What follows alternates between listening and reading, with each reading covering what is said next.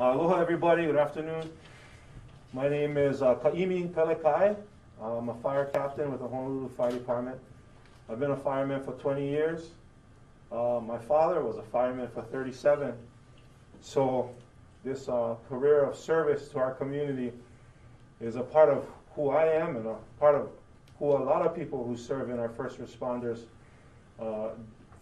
jobs are.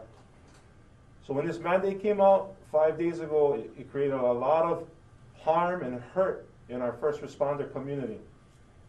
To mean if you didn't put an experimental drug in your body that you don't have enough information about to make an informed decision, or you didn't get an approved religious or medical exemption, in the next 10 days, it literally said, you could be fired.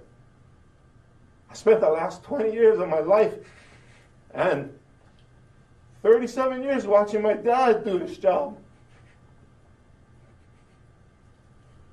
And because I didn't want to put an experimental drug in my body, I got to give that all up.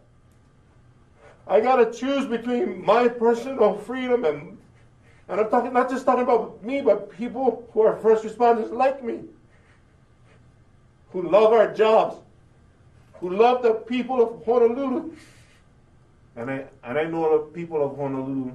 I know, you know, it's not your guys' fault. You're not doing this to us. And you don't have to worry. We're going to show up every day. If they're going to fire us, they're going to fire us. And that's up to them. Well, we'll be there for you. We will be at work, don't worry. If we're not there, it's because of them.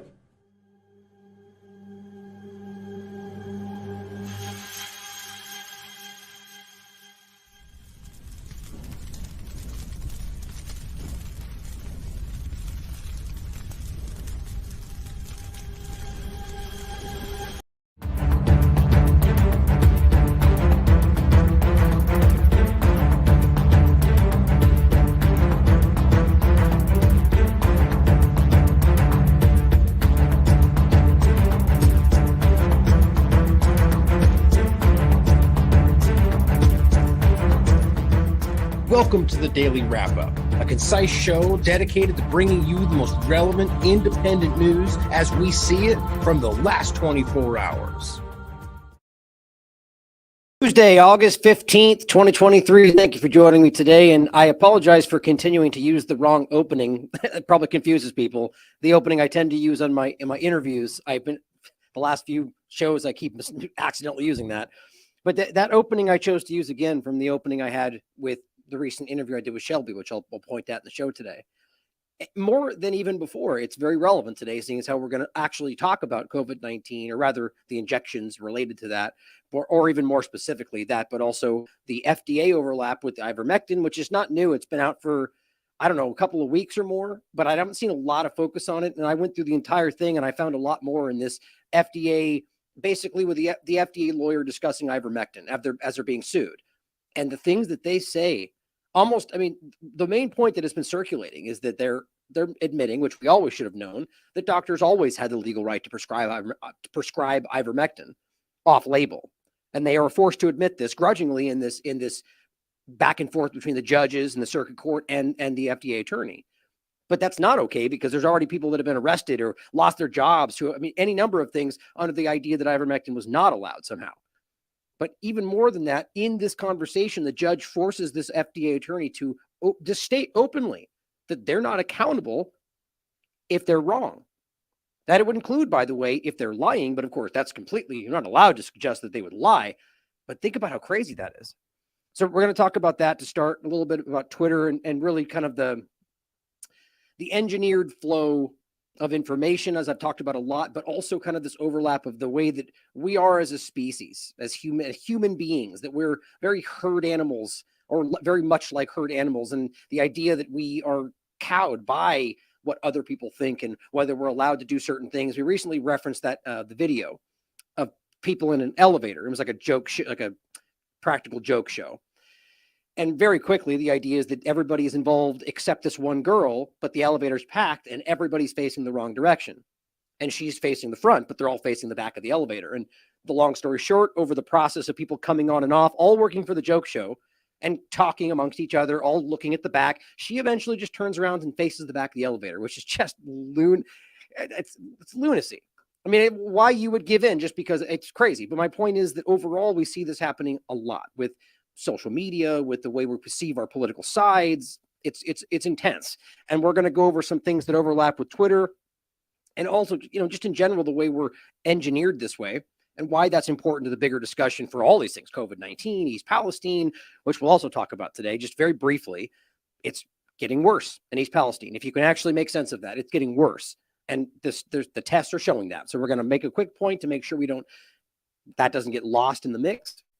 But as I said, we're going to talk about the FDA point, ivermectin, remdesivir, but the whole latter half of the show is going to be focused on Maui and more developments, more important stuff. We have a quick a point of basically Shelby from, as I can get it out of my mouth, Shelby from Unjected is kind of serving as a TLAV correspondent at the moment. And we connected earlier for a very quick update on what she was seeing, and we can expect more of that. It's pretty incredible what's going on there. All of the possible thoughts, I was going to say conspiracy. What's funny is people seem to push back on the word conspiracy today, even though conspiracy means exactly what it actually means. But it's not a bad thing to say that we're, conspiracy aside, because what I'm saying is the idea that people are conspiring to manipulate. Not that means the fake story aside, but it's weird the way that that's even been planted in our minds. So when I say that the conspiracy aside, I mean like the legitimate concern about how people are conspiring to steal land, but all of that stuff aside, what's going on in Maui is just, it's obvious there's something wrong there. There's something going on. It just, from on the ground testimony, the people that are there, what they're seeing, the amount of death that's being reported, the way the media is being not allowed to even get on scene or report, there's something wrong. And it could very well just be corrupt corporate individuals as well, but corporate efforts to take the land and real estate sharks stepping in. But something tells me it's more than that with all the stuff that we found. But either way, it's just incredible to watch how it's being covered. So we're going to go through all of this today, continue to break it all down, source material as always. But to start off today, what I was thinking about in general is, as I said, we're herd animals. And this is really clearly exploited by the powers that wish they were, and anybody that sees a way to do that. The two-party paradigm, the screaming pundits on either side of that illusion that keep people in line. And really what I see more than anything today, pardon me, is people that are essentially countering views to scare people away or in the direction of what they want people to think. It's a very strange thing, and I know you've all seen this. For example, like to make it kind of a funny thing, like something completely inane, like I could jump on and say, hey, it's a great day today. It is a beautiful day. And somebody somewhere will say, well, what about yesterday? Yesterday was great too. Are you hiding that? And as much as that's kind of a joke, we see that happen all the time. Like because somebody doesn't mention it or they go in the wrong direction, well, you're hiding the other thing. I mean, literally I could say, well, yeah, yesterday was great too. And they'd say, what about last week? You hiding last week? And you get the point. And I think this happens a lot where we're being cowed, maybe by bots, maybe by people that don't know any better. But, or for example, things that happen all the time, like people will jump in a chat and say, I've been following you for years and I now can tell you're a liar. I'm unfollowing.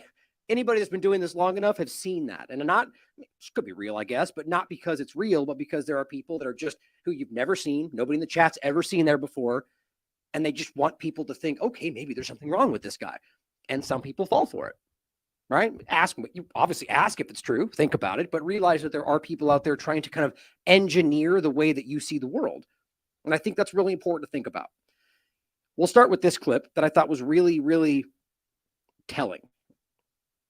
Bernie's tweets doing a great job as always, says working together against ordinary people, the World Economic Forum. I agree with that. It says the elites across the world trust each other more and more. The bad news is that every single country, the majority of people trusted the elite less.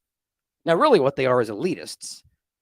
They call themselves elite, which is pretty incredible, but they're elitists, which means the opposite. It means they think they're elite, but typically not. They see themselves as better than you.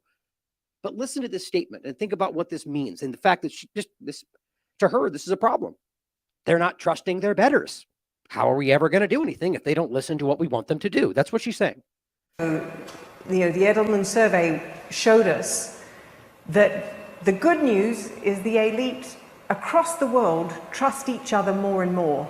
That's so alarming. we can come together and design and do beautiful things together. The bad news is that in every single country they were polling, the majority of people trusted that elite less. So we can lead, but... Right. So what does this tell you? Democracy? Does it sound like democracy to you? Right? The majority of people don't trust them. That's not democracy, is it? That's the exact opposite. That means most people are very wary of what this is and what they're doing, but they don't need you. They don't care about what you think. Not your government, not the global elite. They don't. This is pretty clear by now, I would hope. But think about what then. So their problem is that you no longer blindly follow.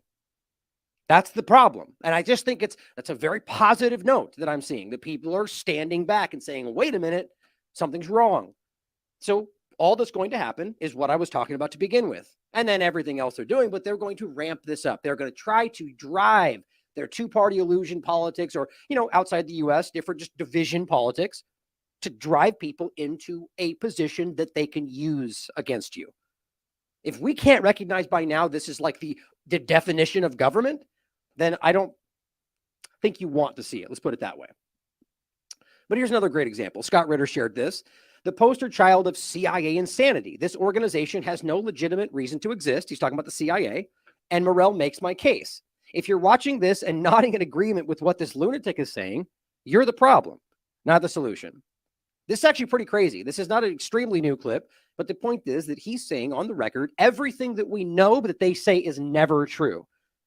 That they act in their own interest with life be damned, even ultimately punitive. Like, we want to just act so we murder their people and so they can see what will happen if they don't do what we want. I mean, I'm paraphrasing, but that's quite literally what he's saying here. And it's because I don't know, honestly know why he would say it. They want you to hear it, obviously, otherwise it wouldn't be said. Probably just so you realize that, don't push against these people, but think about what this really means. And this is the truth, guys. This is what's happening. And don't miss that the world is very aware of this outside of the controlled structure of the United States manipulated media. We need to make the Iranians pay a price in Syria. We need to make the Russians pay a price. Now, that's not because they're breaking the law or doing anything wrong, seeing as how they're literally allowed to be there as allies, but it's because they go, oh, we call you bad guy. And you can even think that they're bad guy, whatever that stupid thing means. But what he's saying is that because they are taking and occupying, or rather working alongside allies in ways that we don't want them to be, right? We wanted Syria. We can't let them have allies just so we're going to make them pay for it. Simple as that. The other thing I would do... We make them pay the price by killing Russians? Yes. Right. Not killing Iranians? Yes. Anybody. Covertly. So you don't tell the world about it, right? You don't stand up at the Pentagon and say, we did this, right? But you make sure they know it in Moscow and Tehran. Here's the other thing I want to do. I want to go after those things that Assad sees as his personal power base, right? I want to scare Assad. So I want to go after his presidential guard. I want to bomb his offices in the middle of the night. Well, that Presidential guard. So did they break the law, or are they doing something wrong? No, you just want to murder innocent people because you want to make a point. This is what they do. Not just the CIA. This is what governments do. Clearly, I'm talking about the U.S. government here, but let's not make it only about the U.S. government. Clearly, this is what governments do. We need to be real about this. That's alarming, right? I mean, just the idea. And let's not forget, guys, as much as all the garbage is spun up by the two-party paradigm, pretty much both sides of it, typically on the same side with war, and your government and agencies, despite what they say, Assad is like one of the most popular politicians I've ever seen, especially with the Syrian people. Same thing with Putin, for that matter. It's not to say good guy, bad guy. It's just simply being able to acknowledge a fact that might make you feel like you're challenging your two-party paradigm team sport politics game. Just simply the reality, though. happened about 2 years ago, as you remember, when his brother-in-law was... I want to destroy his presidential aircraft on the ground. I want to destroy his presidential helicopters. I want to make him think we're coming after him, right? They are. I'm not advocating assassinating him. I'm not... Lindsey Graham has probably 13 times, I'm exaggerating, at least twice that I've seen openly, somebody take that guy out. I am not advocating that. I'm advocating going after what he thinks is his power base, right? And what he needs to survive. I want him to think about, this is not going to end well for me, right? I want to put pressure on him. I want to put pressure on the Iranians. I want to put pressure on the Russians to come to that diplomatic settlement. Oh, right. Because so you want to carry out illegal action, which all of that is wildly illegal. That they would cry foul and clutch their pearls if anything even remotely happened like that anywhere else. And usually they just say it happens with no evidence and do the same thing. But the point is that is all. Why? Well, because we are a good guy. Therefore, what we do doesn't matter as long as we can claim what we did led to freedom that we never really see materialize. Right? Look at Libya, full of freedom. Look at Afghanistan, just full of freedom. See, I mean, think about how ridiculous that is.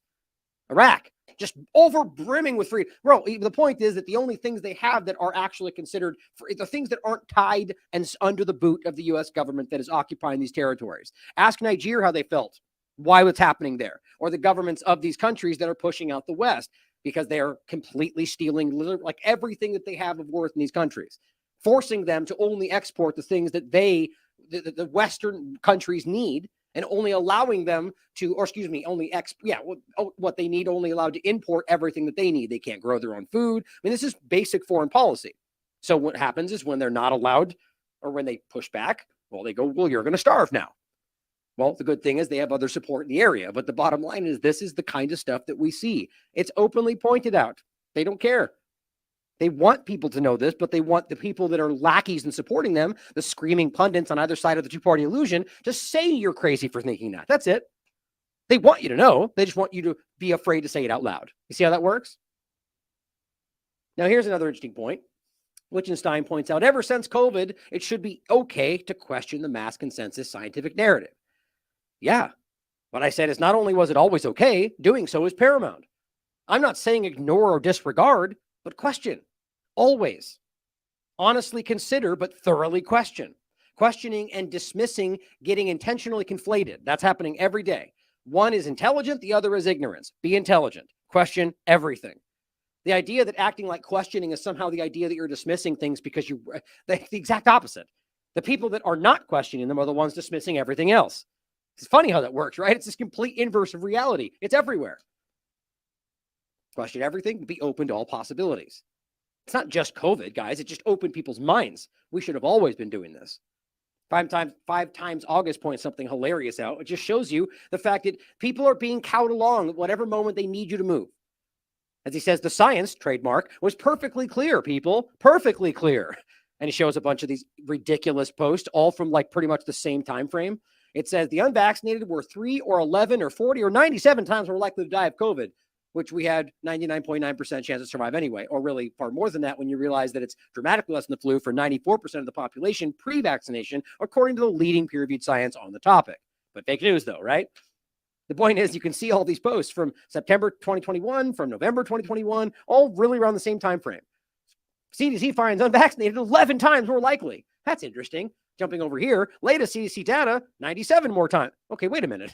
How does that even possibly make sense? Well, it's probably some fudge of the data, or they're lying, or you can come to your own conclusions about it. What we know for sure is that these four things can't be simultaneously possible at the exact same moment. Just can't. But it doesn't matter.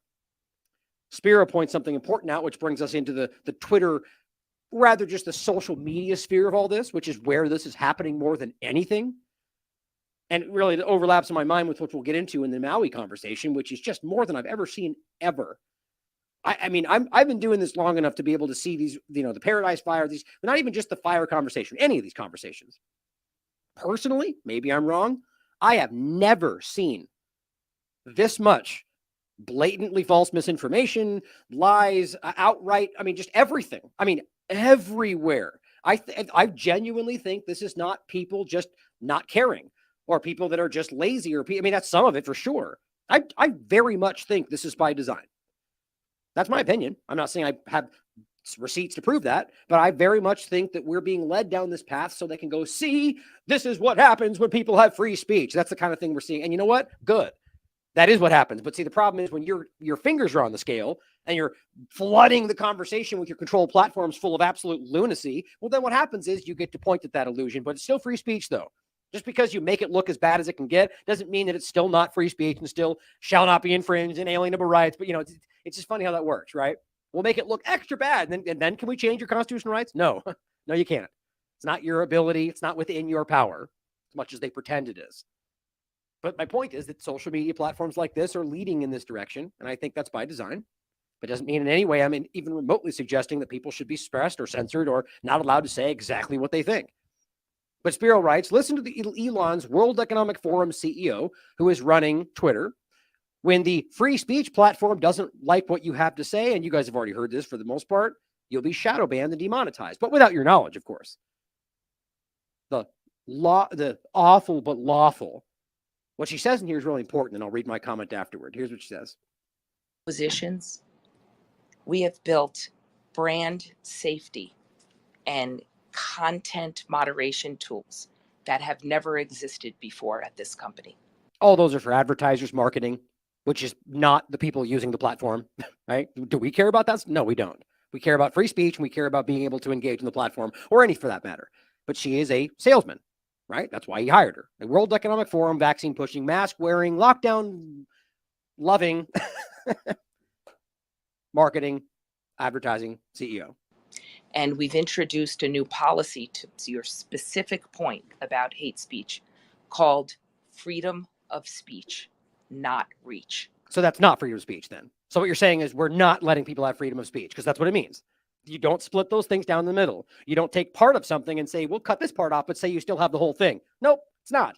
Freedom of reach is part of freedom of speech. Sam Hussein made this very clear in our interview in the past. They just try to draw that line because they make people who want to follow along think that, see, we'll just keep calling this incomplete thing over here where we can't say what we want free speech. And that means we have free speech, right? No, it means you just made up a new word for something that's not that and called it that. That's how it works. Hey, we're all Twitter filed now. We just pretend that what that's what it was all about. This is just so infuriating. But lawful but awful, or awful but lawful, just basically means they're going to decide what they want to remove. This is worse than before. Not reach. So if you're going to post something that's illegal or against the law, you're gone. Zero tolerance. But more importantly, if you're going to post something that is lawful, but it's awful, you get labeled.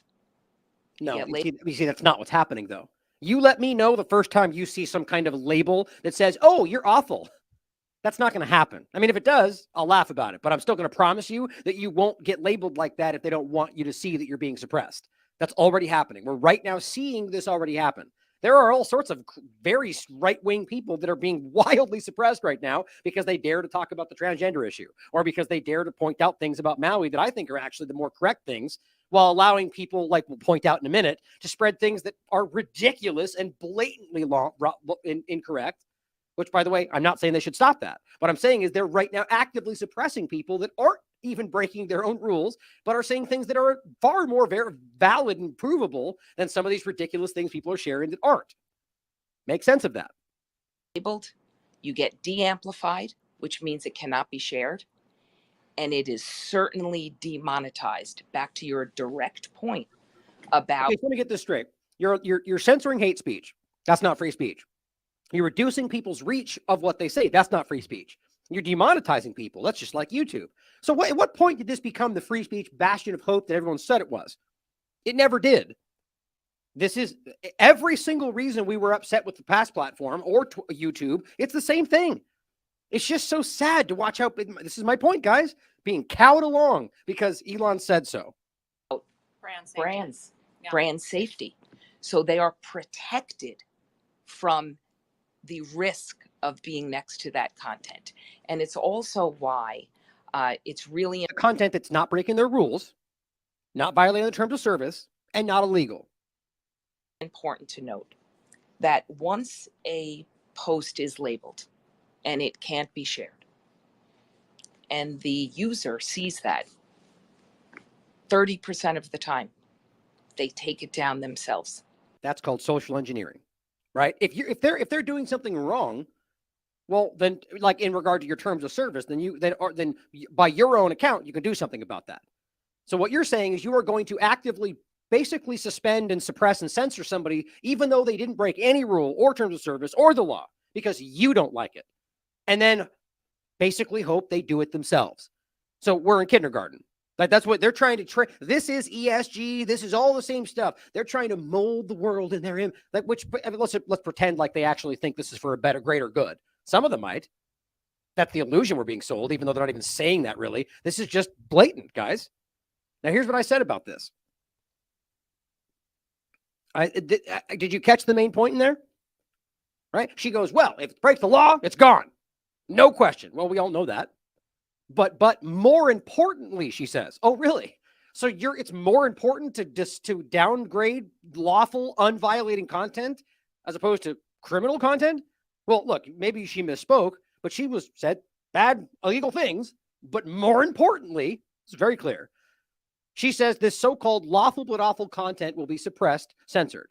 So to Twitter, according to the CEO, it's more important to suppress content that violates no rules or laws than the ones that do. That's what she said. It's her own words. Anyone defending this is not an honest person.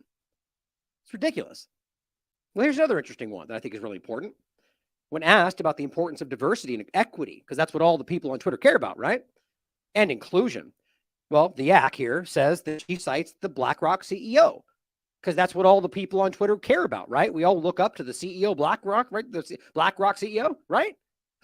How is this even happening? This is completely, and I'm not trying to say that everyone on Twitter is a right-wing person. I'm just simply saying that that's what everyone's framing it as that. So this doesn't make sense unless we're all being cowed along with people that don't care about either. They're just trying to keep us all pacified and divided.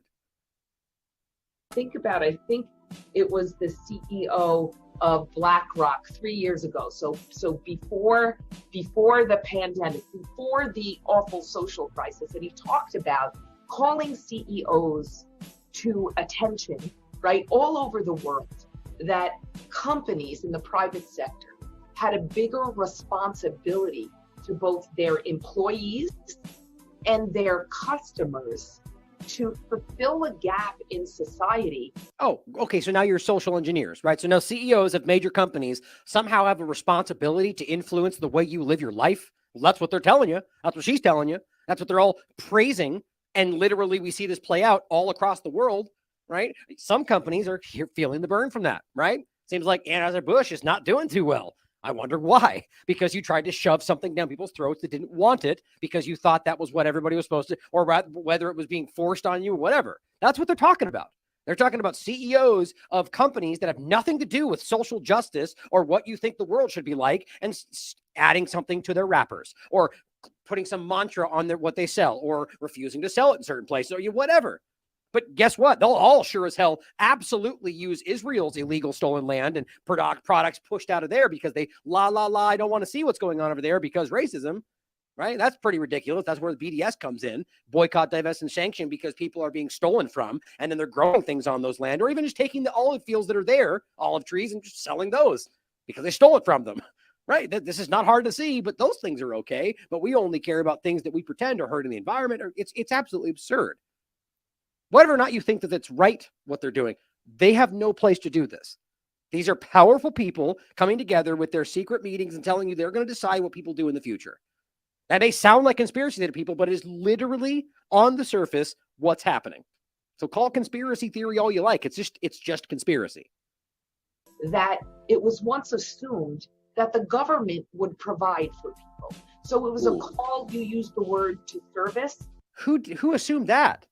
Well, people that are being raised and engineered to think that. But, this country was founded on the exact opposite. They get the hell out of your life and let you do what you want. Within the law, of course. To frame this like we always were raised to think the government would take care of you, that's like saying they gave you constitutional rights. These are manipulators, guys. I would say it was also called to purpose, right? So we had a responsibility to impact culture for the good. And the bottom line is, when you have those priorities and values as a company, it's good for business. No, it's not actually. It's the literal opposite of good for business, because you're forcing people off your platforms. You're forcing people to think things they don't want to think. At the very least, you're going to ostracize some of your actual base. Look at Gillette. Look at Anheuser-Busch. Look at that's what this is related to. In inspires your employee population to want to be proud. They're proud to work at your company. They bring other good people to your company, but it's also good for the bottom line. No, it's not. It's the opposite. But they don't bring other good. They bring people that are brainwashed by their ideology, and those are good people to them. That's what she's talking about. That's scary. This whole thing is ridiculous. Where did I go back too far? There we go. I think that was it. Now, and on Twitter, they're still being censored all over the place. Here's somebody we know from the show, the Perpetual Shadow Band. Caught a suspension here for the weakest thing he'd ever did. He told Shank from, or Shank, how you say that stupid name, from Young Turks, I'd like to watch him mud wrestle with Chris Christie. That's it. Ban was immediate. Count locked. That's ridiculous. Is that, I mean, there are literal people on this platform that are screaming to murder Russians, but he can't joke about these people mud wrestling. I mean, this is just broken, guys. Here, this person is saying, why are my videos being blocked now? Even I can't view my own content. These are real videos filmed by real pilots. They're not edited, no CGI. No, it's this person's opinion, but does it even matter? At what point are they the arbiters of truth? They're the ones telling you they're not doing that. They're just going to, we'll just suppress it if it's awful but lawful. There's no rule or right. What they're talking about is posting things about geoengineering, which, by the way, we know is happening. But these people are being censored all over the place. And on that same note, just to kind of make something else clear for the 37th time, I want to make sure people really understand that Rumble, for example, here's Rumble Inc. You can look this up for yourself. I'll include it in the show notes as always. Their top two institutional shareholders are Vanguard and BlackRock.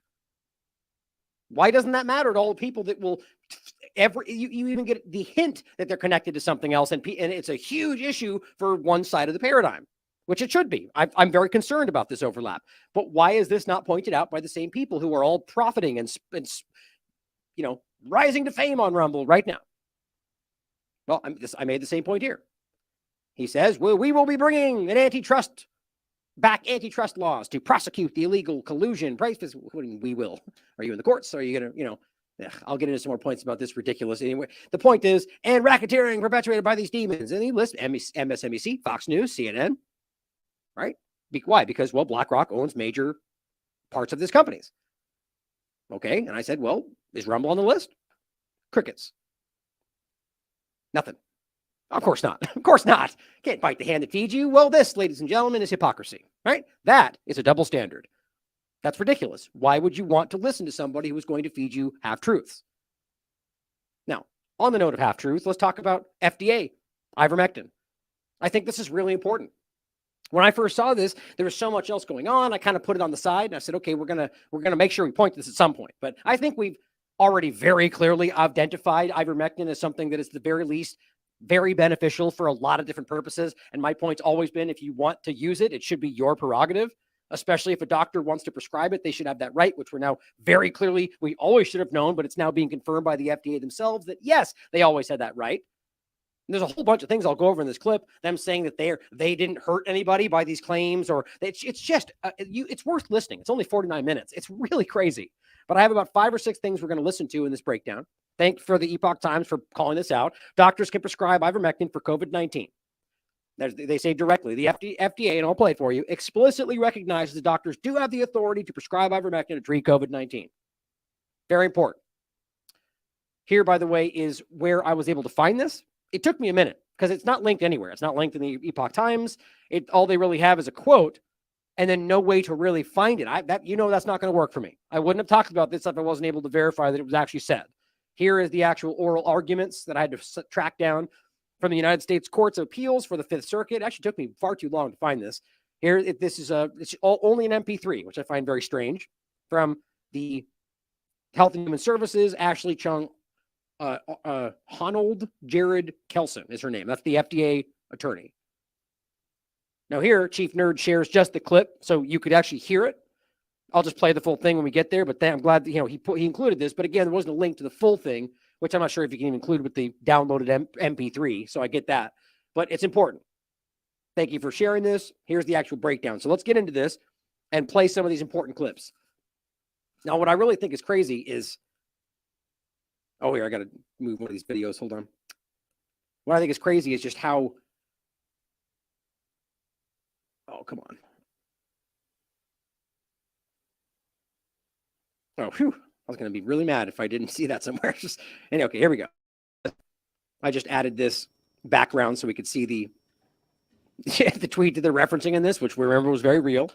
You are not a horse. You are not a cow. Seriously, y'all, stop it. That's what they said. What a ridiculous thing to say. This is why they're being sued. It's very clear that they overstepped their mandate. And aside from that, we know that they're lying about a million different things we could point out throughout this entire process. But this is the crux of one of the points they're making, is that they said, stop it. So plenty of people went along with that as FDA saying, don't do this. Now it gets to this overlap about the FDA not being allowed to give advice, that's the doctor's prerogative. FDA is simply commenting on safe or not, essentially, right? So when they did this, they're rightly pointing out, well, they crossed a line. Now this gets really interesting. So let's start with 23 minutes here.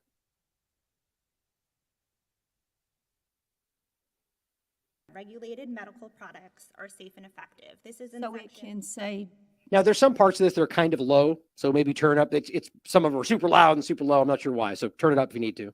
Give recommendations about off-label use because it's charged by Congress with health. Yes, Your Honor, FDA has inherent authority to further its mission by communicating information to the public about safe uses of drugs. And just to share another example, last fall, there was a TikTok challenge that encouraged consumers to cook their chicken in NyQuil, in a cough syrup. And FDA put out statements saying, this is not an FDA authorized use of the drug. This is an off-label use and it's not safe. Just a quick note on that. I think that's hilarious. Well, first of all these ridiculous people on TikTok and elsewhere doing these really stupid things that in some cases I'm sure could be dangerous, but there are kids that'll drink NyQuil bottles. Like the idea that you cook this your chicken, it's such a stupid thing. And I find that hard to believe that that's going to be especially more dangerous than any other thing there. But either way, they're using that as an example to say, see, we can go dangerous. Well, they're not really debating whether or not you can say these things can be dangerous. It's about whether or not something can be used in a certain context. And that's what this really comes down to. Now, really, I got to be honest. I find the part about them saying, yes, you could prescribe it to be the least important part. Because I think we already knew that. Just because people lose their minds in the middle of COVID doesn't mean we need these liars to reassert something we already should have known, which I could make 1,000 points with that right there across all of COVID-19, whether masks don't work or any of these things. We knew all of this. We got just a bunch of screaming pundits on either side of the two-party illusion that shouted people down that should have known better, right? But my point is that's important because she said it, but I find it wildly more important that they're telling you that they're not accountable for that lie. FDA has to be able to make these kinds of statements, these kinds of public safety statements. And under plaintiff's theory, FDA would not be able to communicate to the public in this way. Is the FDA ever responsible for making these public statements? Can they, if they make statements that are false or grossly misleading or wrong, can they ever be held responsible? Or are they allowed to make statements, whatever statements they want, without any oversight or ability to come against the FDA? Are they immunized for all of their statements? Interesting choice of word there. And just so you guys know, you're going to hear multiple voices, and it's the circuit court, so it's multiple judges, and they're asking different questions, just so you know. And then there's a man's voice to hear. I'll point out when you hear him that is one of the people I believe that's speaking on behalf of the people suing the FDA. So the person asking the question right there is the judge. Are you held accountable? Essentially, she's asking. Not immunized. Well, I thought that we're here for sovereign immunity. So, can they be held responsible when they make statements, assuming arguendo that statements are grossly misleading, incomplete, like these, factually, scientifically wrong, with intent or negligently or grossly negligently or reckless? Can they be held responsible or liable? Your Honor, it's not the role of the courts to police the statements of an agency charged by Congress with making sure that drugs are safe and effective. That is a ballsy statement. Excuse my crude statement. I mean, most judges would not take that kindly, be like, excuse me? You're going to tell me what my mandate is? Like, most judges don't take that lightly. So I'm pretty surprised she said that. She's basically saying it's not you don't have the right to tell me that's crazy. But I think, they don't lose their cool, but the way they go forward from here, it kind of feels like they didn't like that she said that. That's my opinion anyway. Your Honor, it's not the role of the courts to police the statements of an agency charged by Congress with making sure that drugs are safe and effective. So is the answer no, they can't be held responsible? Answer the damn question. What is the answer to the question, please? Can they be held responsible if they make grossly incorrect statements, either due to negligence, recklessness, intentional behavior? Can they be held responsible or not under the law? I'm not asking what's morally right or good. I'm asking, what does the law say? The law does not say that it's the role of the courts to police the scientific statements of the FDA. So is the answer no, they can't be held liable in court, no matter whether their statements are false or true? Is that the answer? If that's the answer, then just say it. Your Honor, that's the answer. Wow. That's crazy, guys. She had to force it out of her because clearly she understands what's being stated right there. You are saying under the oath that you are not held responsible if you are grossly negligent with your comments. How is that even possible? Well, first of all, I don't think it is. I think unless it's been contorted into that. But think about what that means. So all of this is hinging on the illusion that these people are honest and altruistic. So if they make a mistake, it's not on purpose. Well, that's ridiculous. We've already shown the revolving door of people like Gottlieb and the rest of them that go from one side of the government into these regulatory agencies.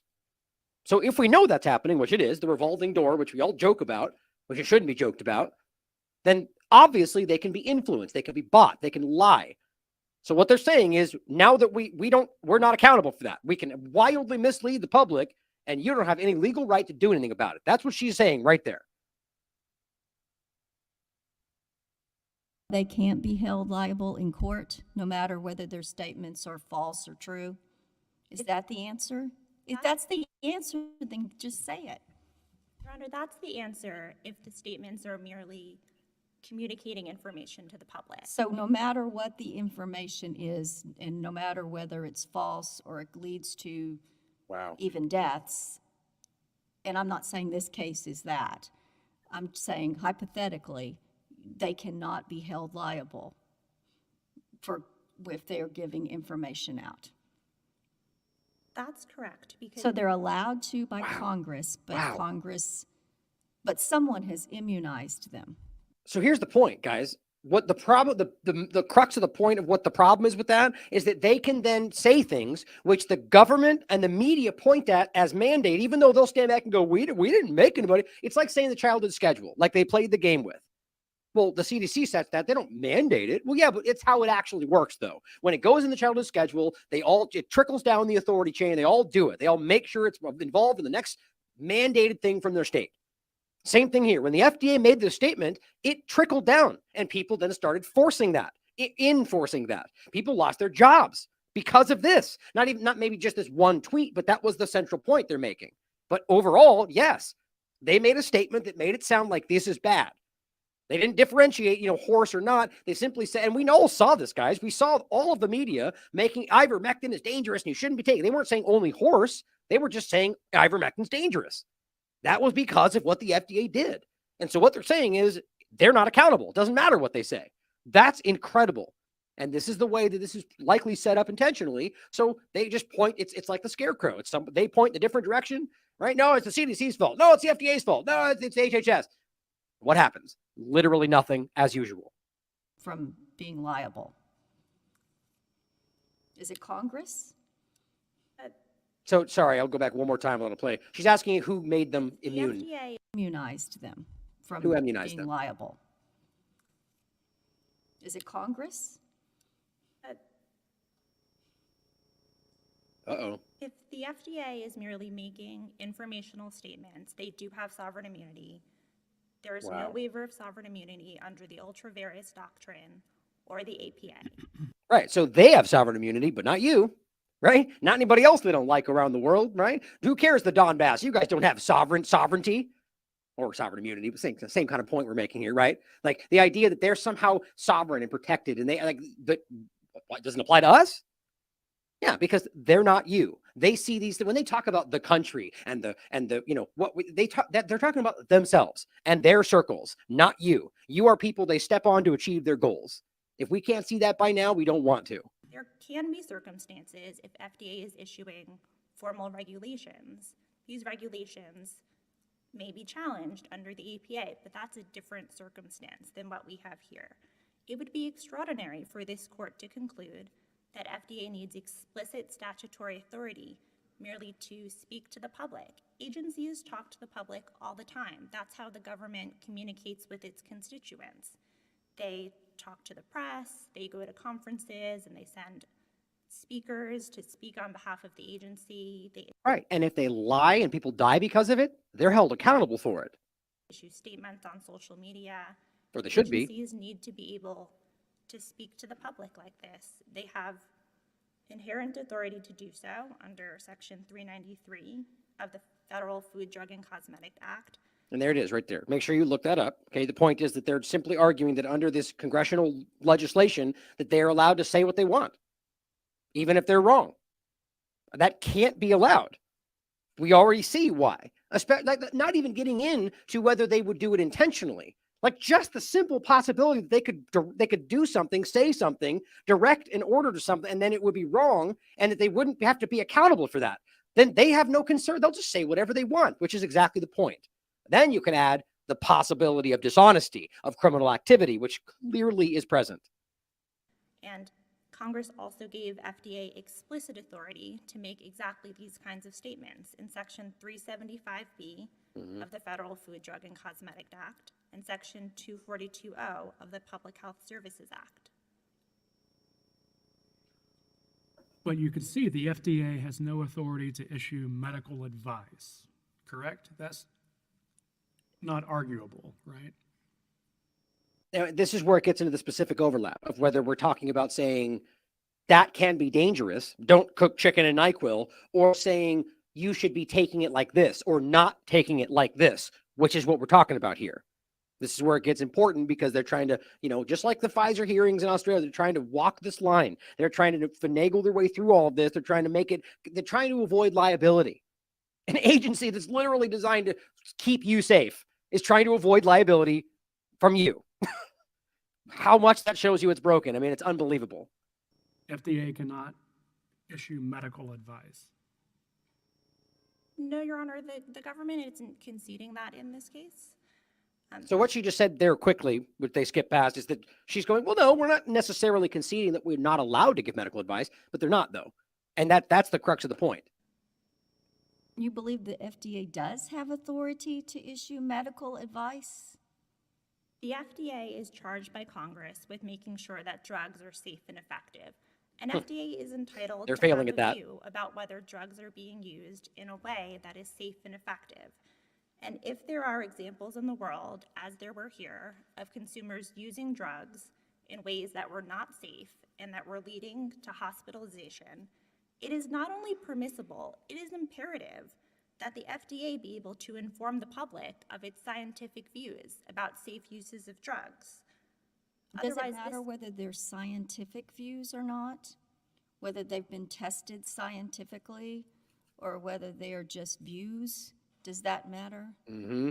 And this gets into the whole point about the fact that the FDA does not do its own research by and large, and we can prove this, that they mostly get handed information from these companies, which then they research. But that's what happens when Pfizer goes, here's everything.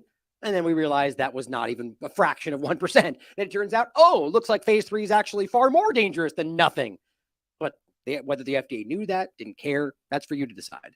But the argument that they have some kind of, like what they're doing now is creating the illusion that they're somehow, they're verifying, doing their own scientific research in the sense of things like that. We already saw this with Pfizer. I'm not saying they don't have scientists or people that are researching, but it's not the way she's making it sound. And that's what they're calling out here. Honor, there's nothing in the multiple sources of authority that I cited that required the FDA to go through any sort of formal process. Can they give a dating advice? No formal process? That's exactly. They can just say what they want whenever they want and say science. That really. Now, I'm not saying that's what they're doing, but what she just said, they could. Wouldn't matter. Or only advice about drugs? Because Congress has charged the FDA with protecting the public health by ensuring that drugs are safe and effective, FDA can give information and advice about drugs. I'm not aware of anything that... But that wouldn't be medical advice, right? You're not authorized to give medical advice. That was quiet. That's another judge saying, but you're not authorized to give medical advice, which again, I refer you back to the image we're showing and read the actual page, the title of the actual article. Why you should not use ivermectin to treat or prevent COVID-19. Now, if you have a doctor who is going, I'm prescribing this to you off label, because you'll hear her tell you that's what they're allowed to do, they're countering that doctor's advice. That what they're allowed to do by the FDA is say, look, we don't think this is safe in these circumstances, but to literally go, you should not use it. They cross the line, and they know that. You can prove it. It's right in their mandate, their documentation. All these judges seem to know it. How much you want to bet nothing happens? Sorry to be a pessimist. That's how I feel like this goes. I think the line is, what's the line between giving advice about drugs, as you put it, and medical advice?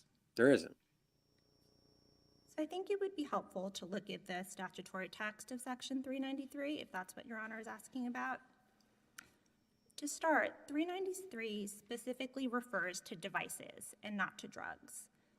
And 396 discusses the authority of a doctor to prescribe. None of FDA's statements here interfered with the authority of doctors to prescribe ivermectin. On page 973 of the record. And this is where the lies begin more than ever, because they know damn well that because of what they said here and elsewhere in their direction, that doctors lost their jobs for doing what they're legally allowed to do, as she'll admit. But they just they just go, nope, we'd had no influence on that. Obviously they did. This is like saying, I can threaten you with the loss of your job, the loss of your children, the loss of your home, everything, but it's your choice to take it. Go ahead and take the shot. You could say no, but you'll lose everything. It's like, that's not a choice. That's a game they're playing. But legally, that's the kind of thing they're trying, because you could make a legal argument. Well, I didn't physically force them. This is the September 2021 article. FDA says, if your health provider writes you an ivermectin prescription, fill it through a legitimate source, such as a pharmacy, and take it exactly as prescribed. On page 974, FDA recommends that consumers talk to their healthcare providers about available COVID treatment options, and they explain that your provider can help you determine the best option for you based on your health history. And then add to that the fact that it was near impossible to get in many states, whether the doctor wanted it or not, because of this. They know that too. On page 976, this is the April 2020 FAQ. FDA advises consumers not to take any medicine to treat or prevent COVID unless it has been prescribed to you by your healthcare provider and acquired from a legitimate source. FDA is clearly acknowledging that doctors have the authority to prescribe human ivermectin to treat COVID. There it is. So they are not interfering with the authority of doctors to prescribe drugs or to practice medicine. I agree. Which is not true. And the point right there is, just don't miss it. It was very clear that she says it twice. That's the first time, but the doctors can't prescribe this. But human, right? Well, but there was not a doctor that I'm aware of that was prescribing horse ivermectin unless they were trying to circumvent the fact that they couldn't find it anywhere and these people needed it. Even then, it's still ivermectin. But I'm not saying I endorse that. I'm just simply saying people like Joe Rogan, for example, did not get horse ivermectin. They had ivermectin. Their doctor prescribed, and they still got framed as a conspiracy theorist. How do you make sense of that? We know, because they were framing it as all bad.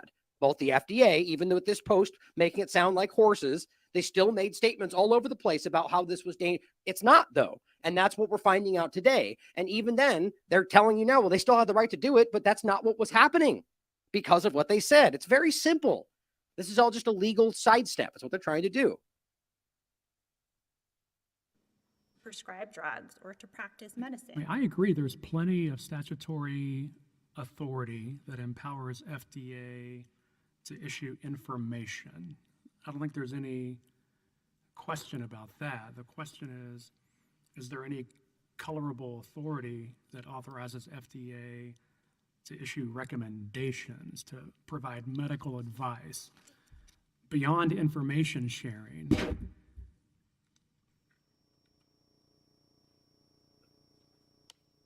Your Honor, FDA does not need to identify any specific statutory authority to simply speak to the public in this way. And it does, though. Even if Section 396 did apply here, whatever interfere may mean, it can't mean that FDA is barred from sharing its scientific views about public safety dangers. Scientific. Under plaintiff's theory, FDA would not be able to advise the public that opioids can be highly addictive and dangerous. It would not. No, but that's ridiculous. Yes, you can say that's dangerous, but to step in and say that you shouldn't be using this to treat this, that's obviously not the same thing. But see, they're blurring the lines here, and the judges clearly see this. Be able to advise the public that they should not cook their chicken in NyQuil because this is not a safe use of a cough syrup. As another example. Okay, if you then said you should not use that NyQuil chicken to treat X, Y, and Z, there you go. I mean, it's just so blatantly childish what they're doing, and it's very obvious. FDA has issued a statement explaining that lidocaine, a numbing agent, should not be used off-label for teething babies because this can cause seizures and deaths in babies. And can you believe that? Don't use lidocaine because it can cause seizures. But here is transgender, hormone blockers. Here's a COVID-19 shot that's not even like it's just amazing the kind of things that they will state. Like, so you're worried about NyQuil and Novocaine, which I'm not arguing you should be giving a baby, but that's dangerous. But give them a shot that's it's barely tested properly. It's been shown to be wildly dangerous in particular people in that age range, and is less than the flu for 94%, the thing you claim you're treating. But give them myocarditis because that's okay. Right? I mean, it's just so blatantly ridiculous. And either they don't know that's dangerous, which is scary as hell, or they do, and they don't care, but they care about lidocaine or stopping you from having ivermectin when that will actually have an effect. FDA advised that this was not a safe off-label use of this drug that it regulates. But when you say, should I take ivermectin to prevent or treat COVID-19, exactly. Answer no. And it doesn't have all those caveats about the prescription and what all of that, because they don't always have the attachments. But the next sentence in that statement says, no, you should not take any drugs unless they've been prescribed to you by your doctor. And just to take a step back, this court has explained in Danos versus Jones that even assuming the ultra-various exception to sovereign immunity is still viable, there is a very high bar for invoking this exception. Plaintiffs must show that the agency was acting without any authority whatsoever or without any colorable. I'm going to go to 36 here, I think, and finish this. There's one more point I wanted to play. Not support standing here. The Alliance panel concluded that the plaintiff doctors had standing on the grounds that FDA's actions caused those plaintiff doctors to treat certain patients in ways that resulted in harm to the doctors. But here, plaintiffs have not alleged that FDA's statements forced them to provide medical care in ways that harmed them. In fact, the allegations in the... Okay, so you think that they didn't allege that the FDA statements caused them a problem? Obviously plaintiffs it did. Have not alleged that FDA statements forced them to provide medical care in a way that harmed the doctors. Clearly it did. I mean, think about the gall it takes to just pretend that we didn't see this witch hunt against literally every doctor we could talk about. There's doctors that lost their entire practices just for this. I think was it I don't want to miss. Was it Corey? Was it Pierre Corey? Was that the one? I forget one of the ones that we're very familiar with that was really that lost their practice because of it. I forget which one. Let me know in the chat if you remember which one. There's more than one, but they know that they're the reason that happened. And now they're trying to pretend they're not responsible. But they're not legally accountable anyway, so what does it matter? in the complaint. You don't disagree that Dr. Bowen suffered reputational injury? No, we don't. Or that Dr. Bowen and Dr. Malik suffered economic injury from losing their jobs? You don't dispute the fact of their injuries, do you? No, the government is not disputing injury in fact in those examples, but those injuries are not traceable to the FDA statements or redressable by an order declaring FDA statements unlawful. Wow. Even if this court concluded that the parts of the statements that said stop it or should or no were unlawful, the remaining parts of the statements that merely provide information would still be available, and plaintiffs have not shown that it's likely that these third parties would rescind their actions. It says why you should not use ivermectin to treat or prevent COVID-19. I mean, it's so blatantly clear that they overstep their mandate and they don't care. I mean, really what their argument is, who cares? You can't hold us accountable anyway. So, that's what it feels like. Well, Judge, you don't have the authority to hold us accountable. That's what's happening. At the very least, we're getting information. Now, there's a second time she says it, but you heard the first one in general. Just that, yes, they have the authority to prescribe ivermectin. And here's the Wayback Machine. You're not a whore, just in case you want to see the real post of it. Here's the FDA page where it still shows that same image. Why you should not use ivermectin. It's literally the title of the entire page. It's just incredible. But guess what they were pushing? We don't forget. Remember? Remdesivir. Even though you have a New England Journal of Medicine study showing that 50% of the people in the trial who took it died. That's not hyperbole. We've shown you many times. Here's the defender pointing out remdesivir stopped kidney function. According to the science, you can check for yourself, but this trust the science crowd seemed to run screaming from the science that matters in COVID patients. It says, so why did the FDA approve it for kidney patients? So not only do we have the New England Journal of Medicine showing us that this was deadly before it was pushed on COVID patients or whatever we're talking about, but then even though they saw kidney failure in the COVID patients that took it, they then approved it for kidney patients. I mean, this is either the most corrupt thing in history or they're trying to kill people. I don't understand how this can make sense. Here's another point. In 2021, Gilead had recalled these vials of remdesivir because of glass shard contamination, but still give them that one. The reason I bring this up is because this is what's being shown now. This is from today, actually. Yeah, yesterday. The defender lawsuit alleges COVID patient died from the cure, not from the disease, after receiving contaminated remdesivir. So you see, guys, it's not the problem of the drug. It was just a contaminated batch. So just move on and take it again later, safe and effective, right? That's how they're basically doing that with the entire COVID narrative. No, it was the vaccine technology. We made a mistake. Probably Trump's fault. But let's move forward and keep doing it again because it was, the vaccine research was the proximate cause, says Robert Cadleck, who nobody should trust. It's gain of function. It's not vaccine research. And the point is they're going, well, we made a mistake. Oops, sorry, all killed everybody. We're just going to keep going forward, though, and we'll make it better. People are taking it. Not everybody. In fact, I think it's a slim minority, but the ones that scream the loudest, the ones that are screaming on the left-right paradigm. And sometimes that drives the bus, guys. Well, if you want to read into this, you should. I'm going to do probably a focus on this going forward if depending on how the stories go in the next week or so. But Brownstone Institute, you should obviously be following. This is written by Gillian Gillespie. I feel like I'm saying anyway. I feel like I've said it differently. Julie Sladen, and it's basically talking about the DNA contamination. The Vax gene files. This is specifically giving a big shout out to Kevin McKernan and the, basically finding this DNA contamination, which he did. And now it's being proven left and right. It's alarming. And it opens up a whole new avenue of how these things are dangerous. So you should check this out, just so you know what we're talking about.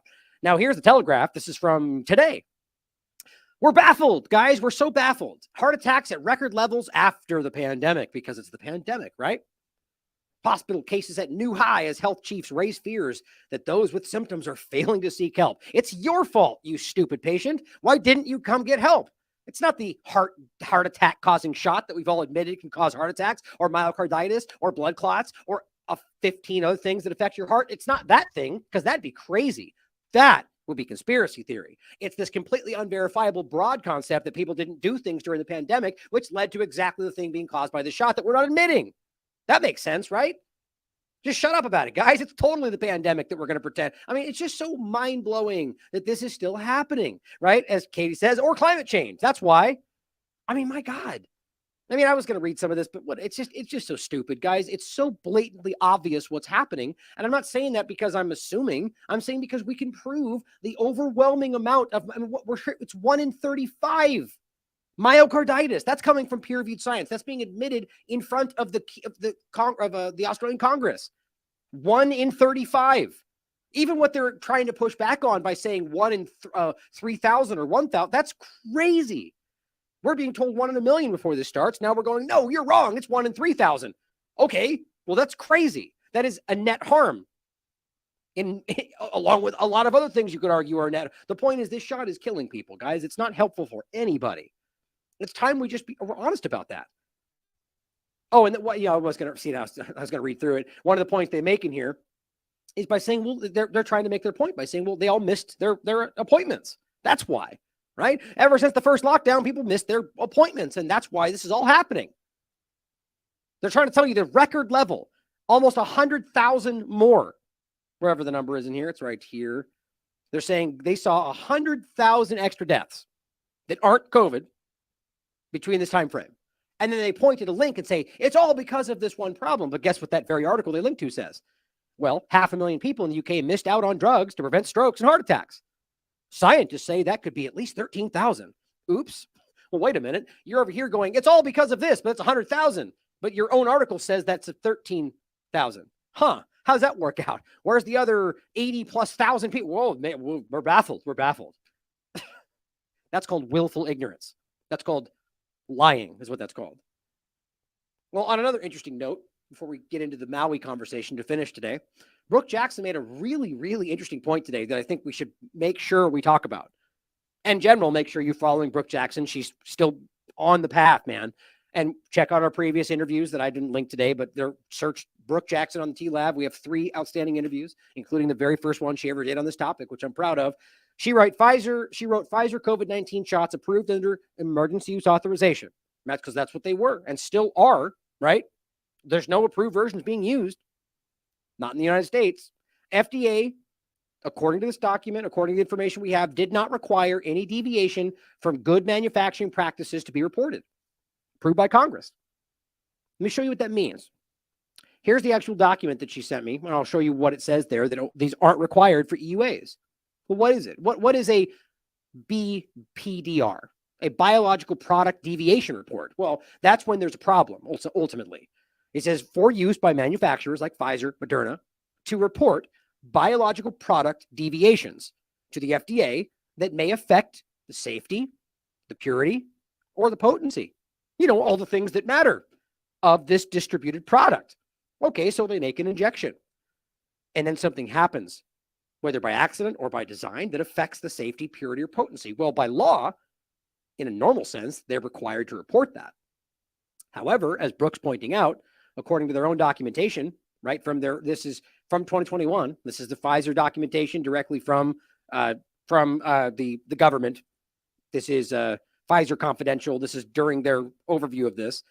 And it says very clearly, and this is not unique to just these injections, but this is what's posted on theirs. And it says a biologic product deviation report is required and would be issued for the COVID-19 injection lots manufactured in accordance with this essentially approval.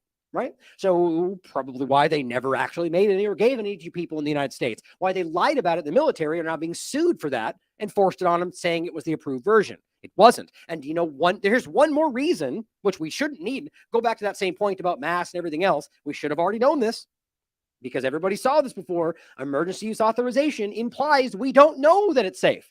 Inherently means we don't know. All it means is we know enough that we think that what we know outweighs the serious risk we can see. It by default means that there's unknown risks or that there could be. They don't care. Now, here's another point that Brooke's pointing out. That report is not required if it's under EUA. Now, think about that for a second. What that means is Pfizer, this is just Pfizer specifically. I'm willing to bet you it's on Moderna's too. That means that they can alter things, which we saw them do. They can literally find of their own accord that this lowers the potency, lowers the effectiveness, hurts people. They don't have to say anything. Not only that, they're not even required to, and then Congress approves it. As she says, the safety, purity, and potency of that product didn't matter. You just needed it over and over and over. I almost can't. I mean, it's believable because we've seen it through everything else. But I almost just can't. It's just incredible. This just keeps coming. And they're still doing it. I'm willing to bet you, I know this will sound crazy. I don't even know how they'll work this out, but something tells me they're going to find a way to overlap the EUA, even though right now we're not in an emergency. We never were, but they're even saying we're not in an emergency with whatever new things come out. So they won't have to do this. Call me a pessimist. I hope I'm wrong, but I think that's what's going to happen. Some weird overlap or some new emergency and it all starts over again. They don't need to prove if they're doing things that affect the potency, the safety. I mean, that's just incredible. So great job, Brooke. I'm glad you pointed this out.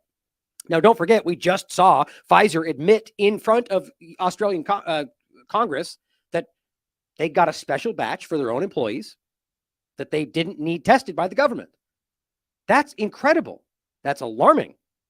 They also are answering in 1,000 different ways that prove that they're lying, that prove that they don't know how it causes myocarditis. So there's no way they could know to what degree or if it's still dangerous. Or they admit that it causes autoimmune issues, which means your whole body's affected, including other organs.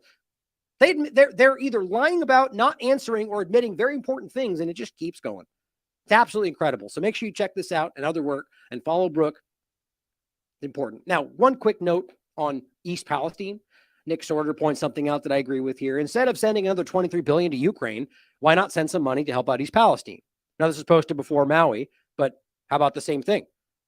How about we give money to people that need it in the United States, as opposed to neo-Nazis, Nazis, and fascists that you've been funding for 50 years in Ukraine? How about that? The point is that these people are suffering. Now people in Maui are suffering, and you already know this point. We'll get to in a minute. $700 a person Biden sends? Really? They just today sent even more money to Ukraine. That's like a poke in the eye. That's insulting. But as he writes, it's been 189 days since the derailment back to East Palestine, 162 days since Biden didn't visit, which again is a meaningless point to me. Biden hasn't said a word about it since. People are suffering. And guess what, guys? The big point for me, nobody talks about the big points. The investigation found that they didn't even need to do the burn. If this was an honest field, people would be screaming about this. They lied. The one thing that caused this disaster that's going to last generations was a lie. He withheld information from the fire chief. It's all on the record. Went on deaf ears, barely even gets a share. Go figure. Or the fact that Scott C. Smith found that 14,000% more dioxins in areas versus control in these people's homes. It's just so mind-blowing to me. And here's another one. He posted this, was it yesterday? Yeah, yesterday. This is yesterday, not the one I talked about before. This is a new one where he is reporting yet again that dioxin levels are actually continuing to increase in the area. I'll play the video for you. People are sick. I'm not talking because we talked about last week. I'm talking yesterday. Today, children are throwing up.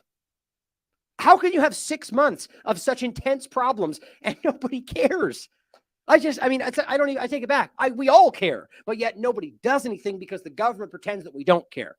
Because all the screaming, partisan, mindless people out there are pointing in a different direction. Now, we are able to talk about more than one thing at one time. Maui matters, but so does East Palestine, right? So does Flint, Michigan. But yet here we are, people in the two-party illusion jumping to the next team sport politics event. Independent testing in East Palestine is showing what's being called an alarming increase in dioxin levels. The testing was done at Sulphur Run Creek by scientist Scott Smith. Something has happened where the dioxins have increased in the sediment. And to be clear, we need continued testing of sediment. Again, you can't find what you don't look for. Smith took sediment samples back on May 29th. He compared the results to samples taken in February right after the Norfolk Southern train derailment. The results show a major increase in dioxin levels. I found dioxins post derailment on February 22nd and took another reading on March 8th where the dioxins were declining. Then my May 29th results from Memorial Day came in from the same location with the sediment showing a substantial percentage increase. Smith believes dust and particles being moved during the remediation work could be what's causing it. Yeah, and yet again, light years ahead of the story, we were screaming about what they were doing with the shipments, talking about clean harbors, the fact that they were shipping this to other states, by the way, who are probably overwhelmed with dioxins, they don't even know about it, shipping these trucks full of toxic material to places that don't even have an incinerator, assuming that in and of itself can even take care of it. Plenty of people argue it can't, but they're not even trying. In fact, literally burying this a state over that's going to cause problems for generations as well. It really makes me upset, as I'm sure you could tell. This should have been done by now. These people have been caught. It's just, if we think we want accountability for Maui or anything else, we need to focus on these stories that are right in front of us. That people are already caught. They should be in prison. But they're all looking around going, man, no one even cares. We just admitted we broke a law. No one cares. So we'll do it again. That's what's happening. What happened between February, March 8th, and May 29th? There have been excavation, remediation of the burn pits. Residents have continued to complain even last week, touching their soil, touching their yard. Smith says the rise in dioxin levels is alarming and it's something that should be looked into further. He feels that testing should be continuous, especially here at Sulphur Run Creek. Imagine somebody in the government telling you they don't need to keep testing while everybody's continuing to vomit and get sick, blood coming out their nose, pustules on their face. I'm not making this up. You guys have seen it for yourselves. Imagine them going, you're good. You don't need to be tested. You guys are conspiracy theorists. That's what's happening. Imagine what that does to these people. In my opinion, Sulphur Run needs a lot more testing. And remember, you can't find what you don't look for. If you're not testing the sediment for dioxins, you're not going to find the dioxins. Yeah, testing surface water is all well and good, but because these dioxin molecules are heavier than water, they settle into the sediment and then they release when they're disturbed. Back in April, the Environmental Protection Agency released its findings for its dioxin testing of 146 sites in and around East Palestine. And I proved to you with those numbers that what they were claiming was dangerously above what their own data shows was the acceptable level. And yet again, crickets, right? That should have been huge news. They admit that it's dangerous based on their own information. Nope. Suppressed, censored, stepped on. At that time, the EPA stated the majority of its results were between 2.6 and 14 parts per trillion. Yep, exactly. That number is dangerously above what their own documents say is safe. Think about that. I proved it on the show. I'll include it in the show notes. In the data that the EPA provided, it states that 480 parts per trillion would be the removal management level. However, Smith's test results shows that all but 2 of the dioxin types recognized are above that 480 parts per trillion base number. So think about that. So what I'm saying is the number they're claiming, 14, is higher than what they'll say in other documentation before East Palestine is dangerous, according to their own research. Then they state a ridiculously high number, 480. And then Scott goes, well, yeah, we're higher than that too. And they still don't care. It's just unbelievable, guys. And I'm sorry to always be so exacerbated by it. This is unbelievable. I've never seen a more obvious criminal. They know it. The government knows it. The government's helping to cover it up. People see it. They're sick. Everyone's reporting it. Their own independence. Texas A&M comes and they're going, yep, everyone's sick. The CDC shows up. Half their team gets sick and we do nothing about it. Yeah, let's pretend like we're going to get any kind of justice if we can't get something done with this. First News reached out to the EPA to find out what they thought of these results and whether or not they will look into them and conduct further testing. Although they were not available for comment, They did respond to several of our questions, and you can find that in the article below. In East Palestine, Jennifer Rodriguez, WKBN 27.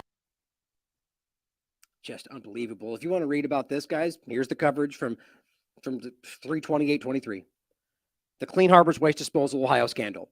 right? They are literally shipping this stuff. I proved it right in this show all the way back then, and every day since. They are shipping this to places. I've talked to them on the phone. If you guys remember, I spoke to the location they're sending it and said, are you set up to deal with dioxins? No. Do you have an incinerator? No. It's just, if it was an honest world, guys, if only. Well, let's talk about Maui. Same kind of conversation, guys, because this is beginning to feel like another similar situation. Like, we haven't even begun to find out what else is going on, right? Like, because as Shelby says, which I'll play you an update from her, that ultimately they haven't even gotten past, the people are still suffering through this. People haven't even got a chance to speak up about what they're dealing with. And you got all the grifters stepping in, trying to manipulate the situation. Both independent media, corporate media, real estate agents, everyone is trying to take advantage of this, spreading fake information because they want clicks on the backs of people that died. That's everywhere right now. It's disgusting. The point is that what else could be happening? We could have things that were burned that are causing dangerous toxic chemical releases. There could be all sorts of things. I'm hoping not, but my point is that this is the kind of thing that happens with this kind of action. Now, again, I'm not saying I don't think we've proven that this is arson or that this is direct energy weapons or any other theories going around. I think it's certainly possible. And I think that's where right now we need to recognize that there is a hell of a lot of anomalies in all this that just simply don't make sense. Why the lies about what's happening, the kind of downplaying of the risk, the fact that there's a lot of high moneyed interests that are already creeping in to take this territory. There's something going on here.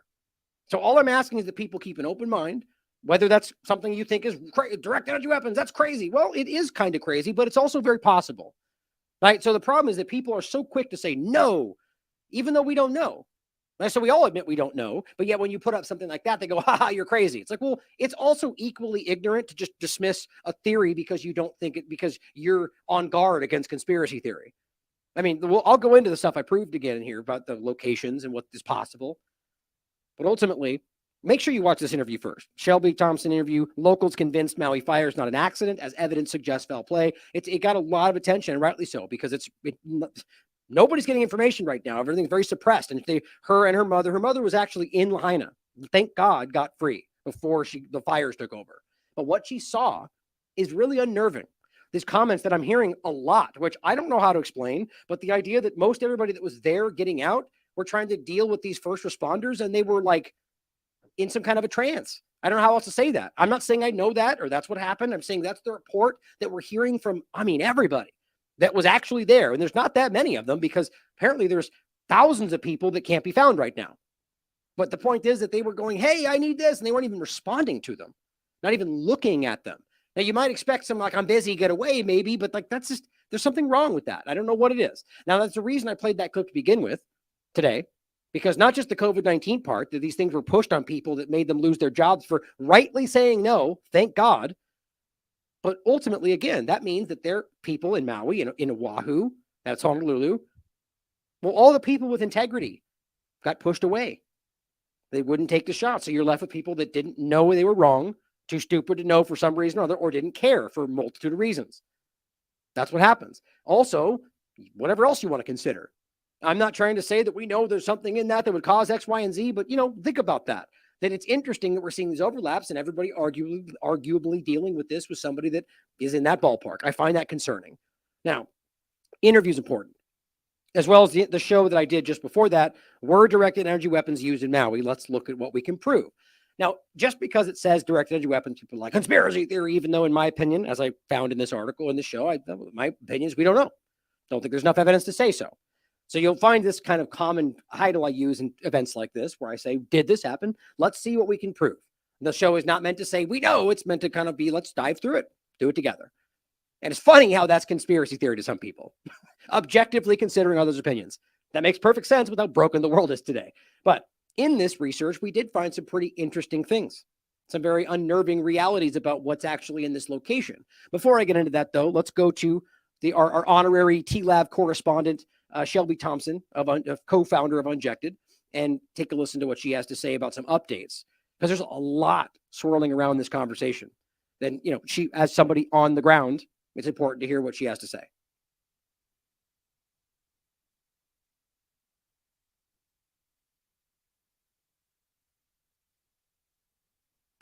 Well, thank you for joining me, Shelby. How are you? Aloha, Ryan. Thanks for having me again. doing okay. We're all holding in there and just figuring out some more details of the last few days have been going on. And I would say it's been getting even more precarious than we even started with. Yeah, well, as a honorary TLAV correspondent in Maui for us now, just let us know what's going on. People were really resonated with your interview and what you were saying, and just because we weren't getting any information, and having this overlap with what they were experiencing on the ground and what they heard from people that they know on the ground. So, we kind of left it off where there's a lot of suspicion. A lot of locals are very concerned about what they think happened. So, right. Start wherever you want. I mean, there's 1,000 different things that are being said right now about whether AIDS being allowed or, the controlled media aspect of it. So what's new on the ground since the day before yesterday? Yeah, so I can tell you, today is day 7. I've heard that they've started building a 12-mile perimeter, a fence line around the quote unquote disaster area. People are being arrested and fined for trying to come into this quote unquote zone. I've heard people that live there. Yes. Wow. At least residents of Maui. So they're making it extremely strict on how to get over there that the help is not getting to the people. I actually just saw yesterday, and I sent it to you, the press conference with the FEMA director, and she was actually coy enough to say that they had an office on island and that they were doing help immediately. And I can tell you with 100% guarantee that is not true. As of yesterday, there's still no boots in the ground in, Napili, where all of these people, Hanakauai, where these camps of people are. This is a lie. She's lying. The state officials are all lying. I've heard them call it an impact zone. I find that to be really interesting. The mayor himself, I believe, compared it to a bomb, right? In one of the recent interviews. Right. Yeah. You're right. The comment with the president, I'm not shocked by it, but the way that he said that they're laser focused, I find a lot of these pieces to be very odd. I do know that the police chief did have a heart attack. As more information is coming out, we did find out that it was the same police chief from Las Vegas during the Las Vegas shooting, which I know we mentioned. But what we're seeing here is that already that the insurance claims they're denying people, and they're saying that their homes that burned were not within city code, and that's why they're not going to be reimbursed on their insurance claims. And I find that to be just very interesting. How could you get insurance if you weren't in code to begin with? So we are. And then how could they possibly know that now after the fact? Right. That seems very suspicious. So I'm definitely just wanting to let everyone know, if you do have family or friends that has land in Lahaina, we are working with several attorneys to get you legal representation. I do believe this is a land grab for the most historical pieces of property on this beautiful island, and we're watching it happen already, and so please reach out to Injected if you know of anybody who needs assistance. And I mean, it's 100% worse than the media is leading on. Well, the point about the land part, I mean, it's not hard to see how, I think it's important that aside from all the different theories, which we should be asking, there's a lot of reason to consider a lot of other things that might have happened, but let's not miss the forest for the trees for people right now. These are crimes that are taking place, like whether or not and whatever else was involved to play this game. The point being a land grab or the real estate sharks that are already stepping in, that would happen regardless of whether this was a conspiracy or not. And not to say that that's not something we should consider, but that's, I think today we tend to kind of look past some of these very clear crimes to look for the bigger conspiracy, which we should be doing too, but let's not miss the crimes that are taking place that are important. Before you have to go, I know you got limited time. The FEMA part, I don't hope nobody should miss what she said there. They're claiming they have, which they do have a location on Maui, and claiming that they were immediately, and according to all residents we're hearing from, they're not even there now. I don't understand. There's some dishonesty happening here. The money you mentioned, $700, laser focused. He says $700 per person. It's what? It's a fraction of what was going to Ukraine. They just sent so many 100 million more apparently today. I mean, just the insulting nature of all that. And anything you want to comment on in regard to the military aspect of it, how, that the military is still not present, or the steel and different things. I do. Actually, I've had a few people reach out to me who actually saw our interview, one gentleman in particular from Kauai, and there's some interesting evidence coming out about the military leases within Hawaii, which is something that I've never heard about before. One being that the military had a 100-year lease signed by Roosevelt to be in the Hawaiian Islands. So this would be Pearl Harbor, these sanctioned military bases. That it would also, include are these military leases on these buildings on Front Street. Is this a land grab because the military actually is not allowed to be in Hawaii anymore? Or ever, since this is an annexed nation. Yeah. So, annexed. Yeah. Correct. Taken by force by the Queen, held at gunpoint. So, this is so nefarious. The details are really coming out, and I love what you said. There is a lot of quote unquote conspiracy, but right now the way I see it is that our family and our friends and our brothers and sisters that are over in Lahaina and they're suffering, they are actually in survival mode. They're in fight or flight. They don't have the capability right now to speak up for themselves and talk about these injustices. And people like me on the other side of the island, we're safe and we're healthy enough, and we need to do our part and talk about what's going on. They're not strong enough to do that. We have to advocate for them. We have to say this was quite frankly a fucking crime. This was genocide on the Hawaiian people, on the American people. And I do believe that this is an absolute great reset happening in our own little very backyards. And so I really appreciate you helping get that story out there. And I hope that anybody who hears this, just be brave, say exactly what you feel, because the more that we treat this exactly like it was, which was an arson, which was an attack, the more that we're going to be able to get respect to these souls and these lives that were lost. This is not natural, and we definitely need to make sure that we let people know that. Well said. And that does seem to be the pretty overwhelming consensus of everybody that's speaking out for Maui, locals and otherwise. So, whatever your opinion is, recognize that there are people that have been dealing with this long before the political momentum around this story. And there's a lot of reason to think there's something else going on. So thank you for taking the time, and reach back out when something's going on. We'll connect again. So I know you got to go. Thank you for taking the time. Absolutely. Thanks, Ryan. Aloha. Lots of love. Aloha. And as always, we'll, jump back into everything going on today and get back to the main point of the story. But it's just so difficult to see this, the way it's being covered, the way people are inserting false information from every different side for their own benefits. It's important to be on guard to what's going on, and it's important to continue to ask questions and follow the work of Shelby Thompson and everyone else involved with Injected, and reach out to them if you've got any more information, as well as they're talking about trying to find lawyers and so on. So let's get back to everything else. Well, thank you, Ryan. I'll continue. Now, it's just incredible what people are seeing and the contradictions coming out. And let's go through what we can see here. There's a lot of information that we can see, that there are people on the ground, people's perspectives of it. And let's kind of try to, flesh this out even more. I recommend you watch the previous shows that we did, the previous episodes of both the interview and the show we did about the directed energy weapons, to catch up on some of this stuff. But we'll go over a good amount of this here. And I think what's interesting is what some of the points that she said there. The lease, most people don't realize, and I actually was trying to look into this in regard to people like Oprah or Zuckerberg or Jeff Bezos, who all own, occupy land in this colonialized area. To Bezos and Oprah, which on about Maui in very, very interesting locations. But the idea that most people don't realize that you don't really own land as an individual. I don't know how it works for them, but I forget if it's called the King Kamehameha Fund or something like that. But essentially, you lease land for like 100 years. And that's how it's worked there, at least as I understand it, from when I lived on Oahu. And so what's interesting is what she's saying there is the military has something similar, and it's something we should ask whether there's something running out and whether this could be involved with that.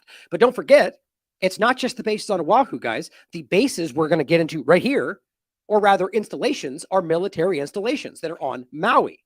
And that's what when I first looked into this, as I was saying the other day, I was very skeptical, as we should be, of anything like this, especially it's mostly because I was seeing a lot of overwhelming misinformation. which does happen both from the corporate media and independent or anybody else. And it's just things I'll actually make a point to show you today. A lot of things that we can prove aren't real and being spread by people with gigantic followings. And the point is that when I was going through this and all the claims of directed energy weapons, my first point was like, let's make sure people know these are real. If you want to watch the show, the link is right here, as well as I included before. Directed energy weapons are why they've been around since the 70s.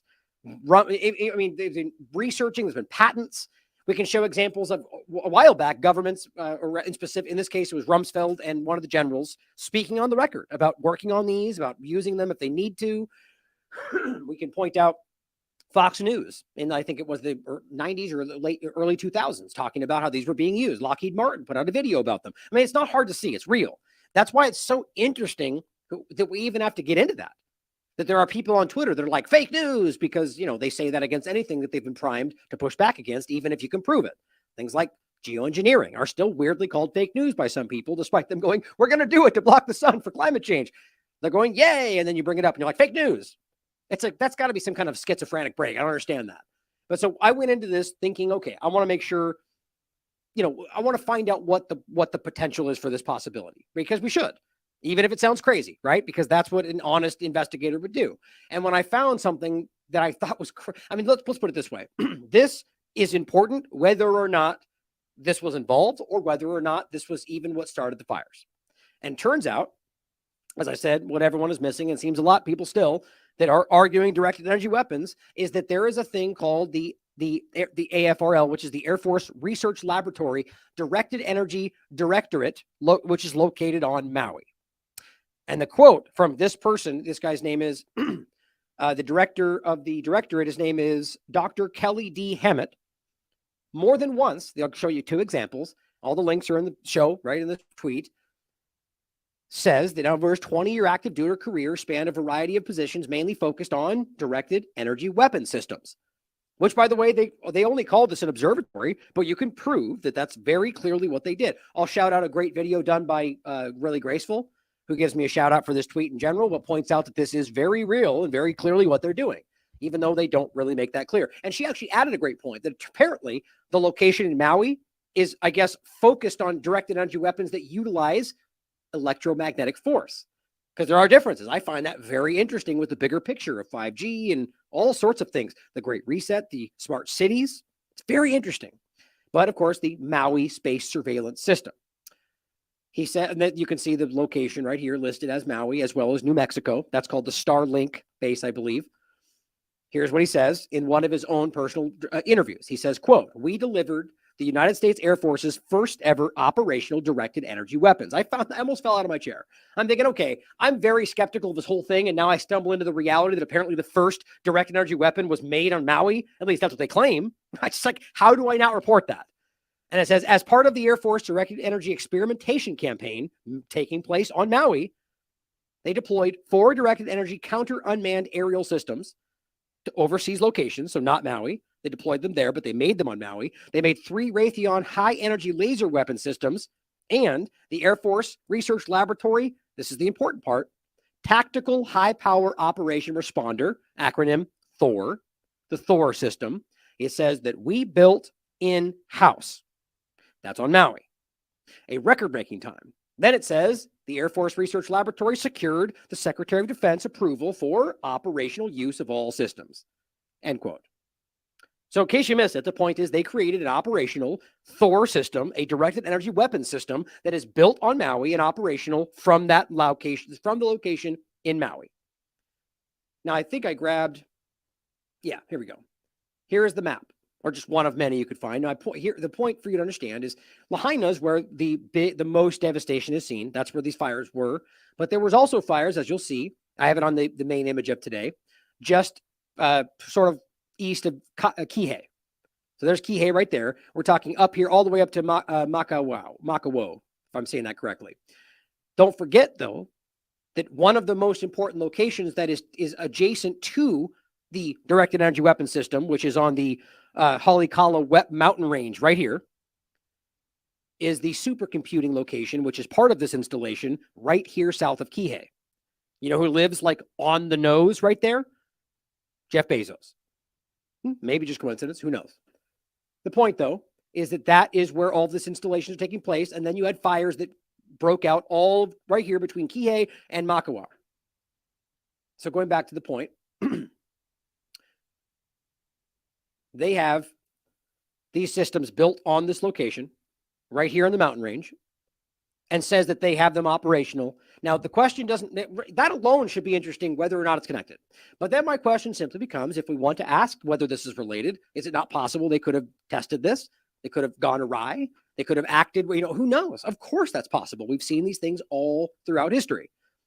Not dues, obviously, but just general actions of the government testing on its people. That's more so what they're known for than anything. So it's interesting. So all I'm saying is that we should not dismiss the possibility, seeing how, and then thank you for Razor Queen here for giving us a Google image of the actual location, which is pretty cool.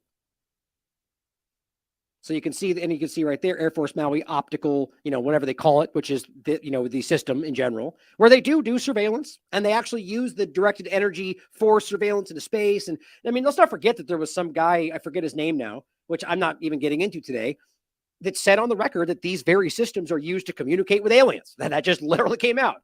Who knows the legitimacy of the ridiculous alien conversation that happened? I only call it ridiculous because of the way they're doing it.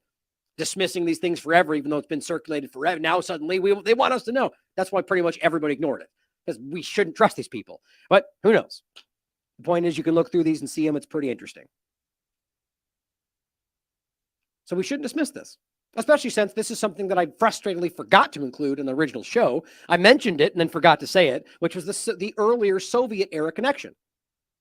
This is a judicial analysis of directed energy weapons in the Earth space arena, right? This is a government document. And here's the main point. Specifically talking about Maui, it says a few weeks after the initial incident on November 17th and again on November 18th, 2 other U.S. Air Force satellites, it's weirdly cut off right there, but it says this came in far more elliptical orbits, experienced similar incapacitation of their, I think, infrared horizon sensors while over the Soviet Union. It says, make sure I didn't go to, I went to the wrong paragraph. Sorry. Well, it's still relevant. It says whether or not the Soviets intentionally employed a high energy chemical laser to incapacitate these U.S. strategic satellites has since become a matter of considerable contention. Think about this, guys. Think about the timing of this. 78. We're talking about the idea that these things, all right, was that the right? Let me make sure. It says 78 up here in the dates, but it does mention. Don't hold me to that exact date, but we can reference it by the fact that it's Secretary Donald Rumsfeld. You can see that right there. But the point is that this is talking about high energy chemical lasers all this time ago.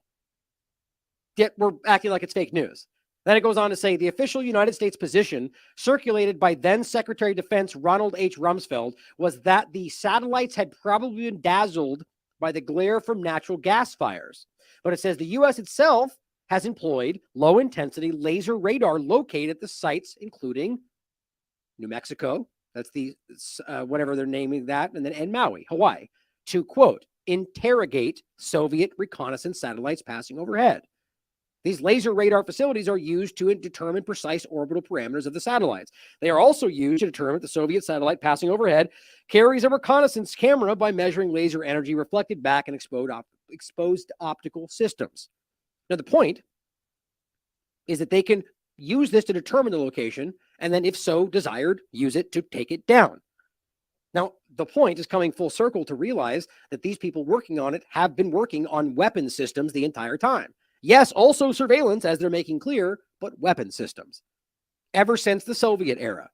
I find that pretty interesting. Now, this you can see, Jeff Bezos buys up Maui, Hawaiian locations. This is 2021.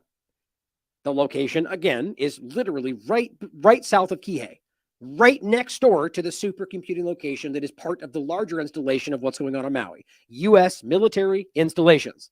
Very, very interesting to me. Now, don't forget, here was the clip that Shelby shared from somebody she knows.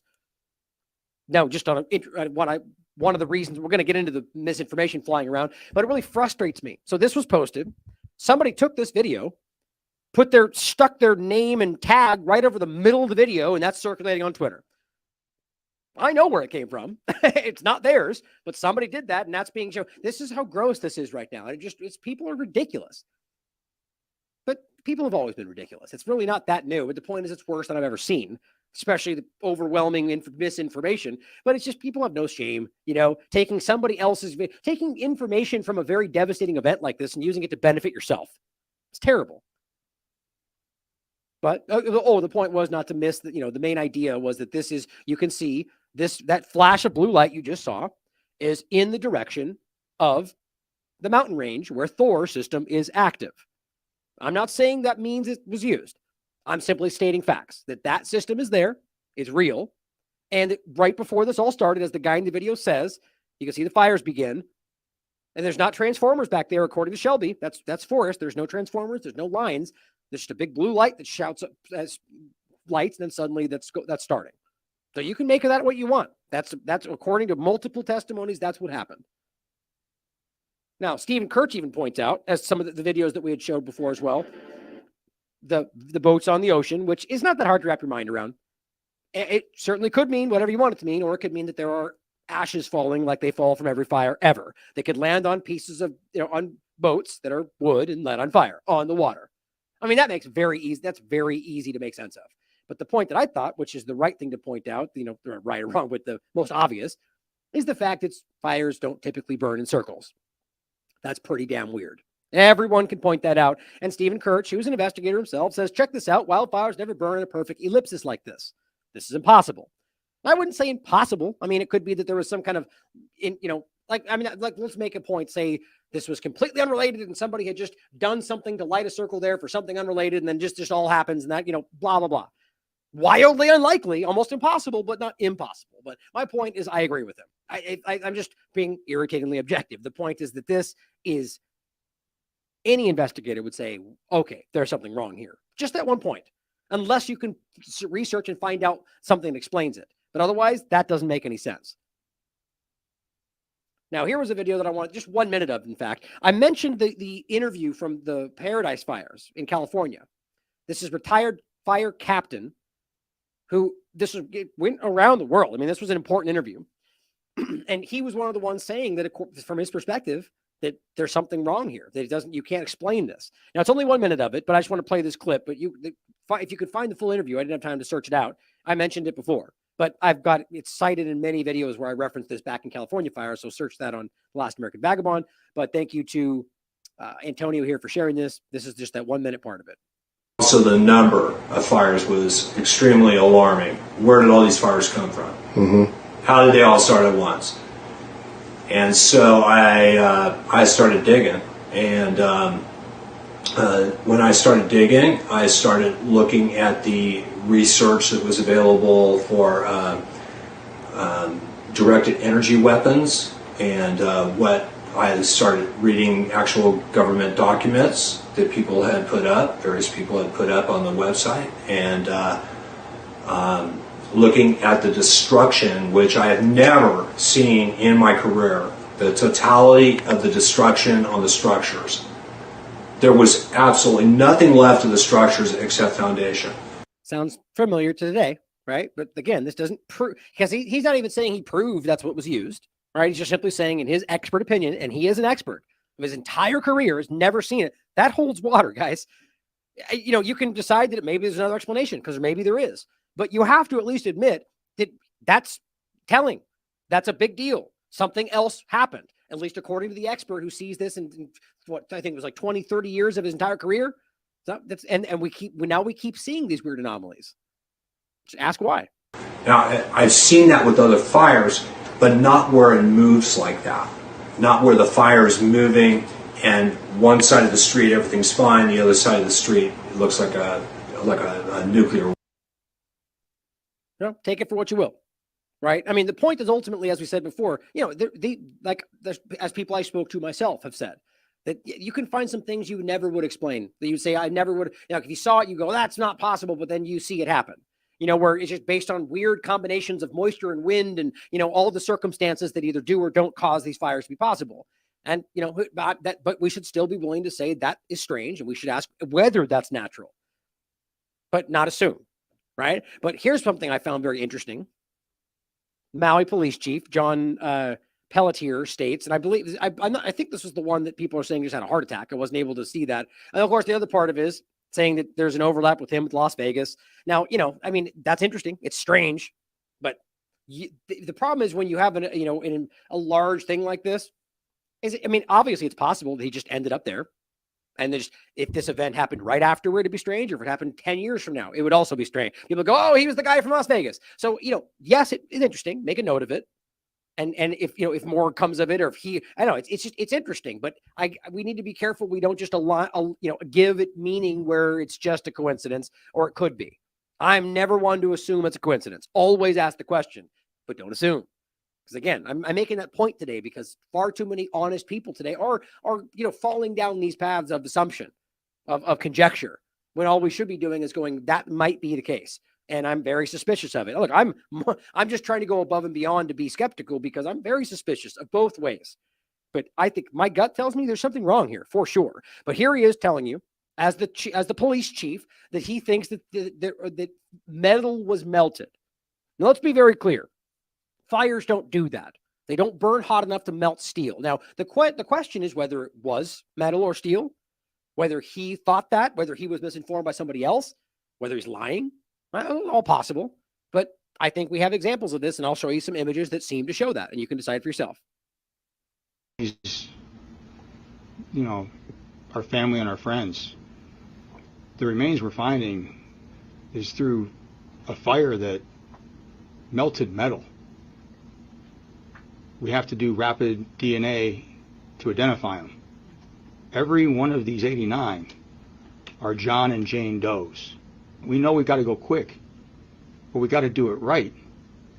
So when we pick up the remains and they fall apart, and so when you have 200 people running through the scene yesterday, and some of you, that's what you're stepping on. I don't know how much more you want me to describe it. That's what you're stepping on. Give us a little bit of time to contain that. Please. Because we've got to go make 89 notifications. And coming from a place that had to make 58, I understand the pain this is going to take. And we're not done with 89. So just understand what this thing is. Because none of us really know the size of it yet. Everybody wants a number. You want it fast or you want it right? We're going to do it right. And that's not unfair, right? But the point is ultimately that if it's very clear that you've got thousands of people missing and more than, just by a visual look, you can see more than 90 people that are dead on the ground, which apparently almost everyone you talk to from Maui is saying they saw just bodies. That, at least alluded, well, we can confirm 80, but it's very clear that it's more than that. That's what they're saying. Will we expect more? But it's almost like people are being pushed down from acknowledging the reality. And there is a weird lock on this information right now. But again, maybe it's just because of what he said. You shouldn't dismiss that just because we're all on guard for conspiracy. But we should also be willing to ask if there is something going on. Now, here is one of these videos of the area, basically just showing these lines. Now you can see this. Now look, but you can see the metal of the car. Now, is that aluminum? Is that metal that melted? It's up for you to decide. But they're ultimately, we saw similar things in California. But I think what's more important is you got the police chief on the record saying it melted metal. Now, other than him possibly being wrong or misinformed, that is that holds water. He's the police chief. So why does that make sense? Fires do not melt metal. That's not how this works. So that is a big red flag. Jessica Rose points something out. A lot of these people, these are people that aren't, they're just people that are jumping into this from other sides and they're talking about COVID and going, yep, it's pretty damn obvious there's something wrong. Just showing you how obvious this is. These are critical thinkers here. People that are very objective, that are just looking at the information and going, clearly there's something wrong, because that's what it shows you right now. Doesn't mean we know exactly what's happening, but there's something amiss here. I think that's what my gut tells me. Clearly, Jessica, Steve Kerr, same thing. She says, this is so bloody obvious. It's a land grab. We want our historic towns and lovely communities maintained and restored. If you firebomb it, you must rebuild it. Yes, but to the specifications of the rightful landowners. You don't sell your land to them. This is not only about Maui. No, I would say it's completely their choice, obviously. But at the end of the day, if you recognize there's something going on here, they're trying to manipulate you. Just think about that, you know. But here's what this guy says. He says, this is what the governor of Hawaii has to say about the wildfires. Close listen what the governor of Hawaii had to say about the fires. Of the destruction of Lahaina, it does appear like a bomb and fire went off. It does appear like a bomb and fire went off. Like a bomb and fire went off. Now, you could argue it's just an analogy, but that's a strange thing to say. All of those buildings virtually are going to have to be rebuilt. It will be a new Lahaina in its own image, its own values. It's going to be billions of dollars. We are so coordinated with state, county, and federal support that it took less than a quarter of a day, 6 hours, to get the approval from the president to bring. Oh, really? Great. So you haven't even helped these people yet. The FEMA's not there. Military hasn't helped, but you already got the approval from the president to rebuild everything. Cool. Like, how do you not read exactly what that shows you? They're far more concerned with rebuilding it the way they want than helping these people or acknowledging what might have actually went down, like whether it's arson or anything else. Crazy. Obvious. Those resources in. This was, of course, a shock to see a hurricane and its winds. I think that we're seeing this for the first time in many different parts of the world. I've been contacted by several governors across the country to That's the alluding to climate change is what that is. Share their experiences in a time where global warming is combined with strengthening. So let's just go over a few of the red flags that he said. Very coordinated.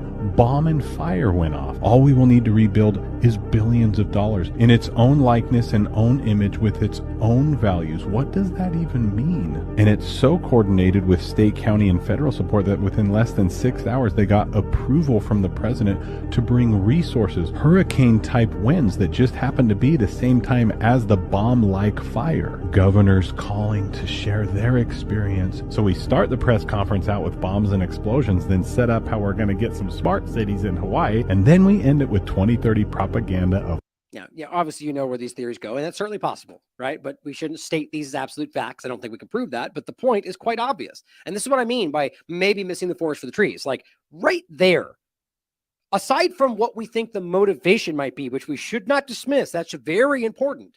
But right there, if we can prove, which clearly seems to be the case, that they were like this is the overlap with East Palestine in my mind. They say we were there within hours, but then blame it on the fire chief, right? The point is you can prove to what they're saying is that they have the president approving rebuilding, allotting billions within hours. But days go by. Nobody's they're turning away resources, which I'll show you. There's only one way to see that, guys. At the very least, that life is not the important thing to these people. I think we should know that by now. Now, inversionism is doing a great job. Really, just a lot of great posts lately. And there's a couple things that overlap with this bigger picture. One is he writes the Pentagon wants to test a space-based particle beam by 2023. This is from 2019. Now, obviously, there's a lot of people are pointing out the Chinese government announces, well, we just succeeded, right before this, about some laser from space kind of thing. Which one of my thoughts during the show was, maybe this was something that was done from some other foreign power. Certainly possible, but we shouldn't assume that because it aligns with our political leanings unless we can prove it, which is what a lot of people are doing. This is important, though. The Pentagon wants to test a space-based particle beam by 2023. Okay, well, that aligns with at least what we're considering. Could this have been a test? Utilizing the Thor system, which is clearly a primary point of their directed energy directorate. And this test went awry. Or maybe they simultaneously let's test it and then also benefit ourselves for, who knows? If you can't wrap your mind around that, you're not a student of history. They're very capable of stuff like that, including all the people that died. Just look at the wars around the world. Now, this one points out the vultures are already swooping in to try to buy their properties. Now, I want to make it clear that we have to realize this would happen either way. If this was just a fire that burnt this down and you could prove that it was just a random converging of events, the same thing would happen. These same vultures would be biting at the, what's the term? I can't remember the turn of phrase. nipping at the bud, whatever it is. The point is that these people would be just like drooling to get this property because this is, in some cases, $40-50 million properties. The point is what it's worth anyway, not necessarily what some of these places aren't mansions. These are people that have lived there their whole lives, but these properties are wildly valuable. So my point is, just because doing this doesn't prove that it was the only thing it was about. But nonetheless, let's recognize how disgusting this is. That while these people are searching for their dead loved ones, you're calling them to try to buy their property out from under them for half the price. That's disgusting. But then let's also consider that this could be exactly what it looks like. An effort to drive this in the direction of what people have been trying to do to this area for a century. I mean, like this, since the moment this place was occupied, they have been, the people from the western side of this, or whatever governments we're talking about, in this case, the U.S. government, have been trying to take over and inch these people out. And I mean, it's an illegal annexation, guys. Let's not forget. I'll play a video at the end. They didn't legalize this. They just said it's ours now because they used to be able to do that. Now they like to pretend they're good because we demand that of them, even though they don't do it. Yeah, I gotta tell you guys, I am so frustrated with investors and realtors calling the families who lost their home, offering to buy their land. How dare you do that to our community right now? If you are a victim, Kalamai, sorry, had a little bit poor reception right there. If you are a victim and they are calling you, please get their name. People keep calling me, sorry. Get their business name so we can put them on blast. And as Shelby was saying, they're trying to marshal their efforts, to try, reach out to unjected.com. They're trying to do a lot to help. This is some pilau heva shit happening right now. I am so frustrated hearing since yesterday that multiple families that I know personally were reached out and offered money from investors and realtors. Shame on you. Shame on you. If you are a Maui realtor contributing to that, karma's gonna come and get you. Okay? That is pilau.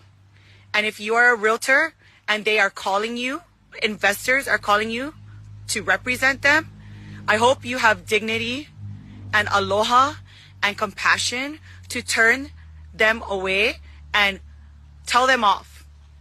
And I need you guys to do me a favor and get their name and their business name, and we're gonna put them on blast. That is some pilau. Please spread the word. If you're a victim and they are reaching out to you, DM me their name, business, try to get as much information out of these guys and send it to me. Now, people could make the argument that they're trying to do it to help, right? I don't buy it for a second. These people have been trying to force these people out of their homes for, as long as you can remember, as long as they've been there. That's the reality, and they'll tell you themselves. So there's one of the other great posts from Inversionism talks about one of the alternative ways to look at this. Excuse me. Now, we talked about the idea of the theory of directed energy weapons, which we shouldn't dismiss. There's actually a lot of points that make it seem like it could have been used, including the way it looks, including the location, but I don't think we can prove that. So here's another alternative way to look at this, especially since you have a lot of people who, as far as I haven't spoken to a single person that is from Maui that does not think this was an attack. That doesn't mean it's the truth, but that's pretty interesting. So Inversionism points something really, really interesting out.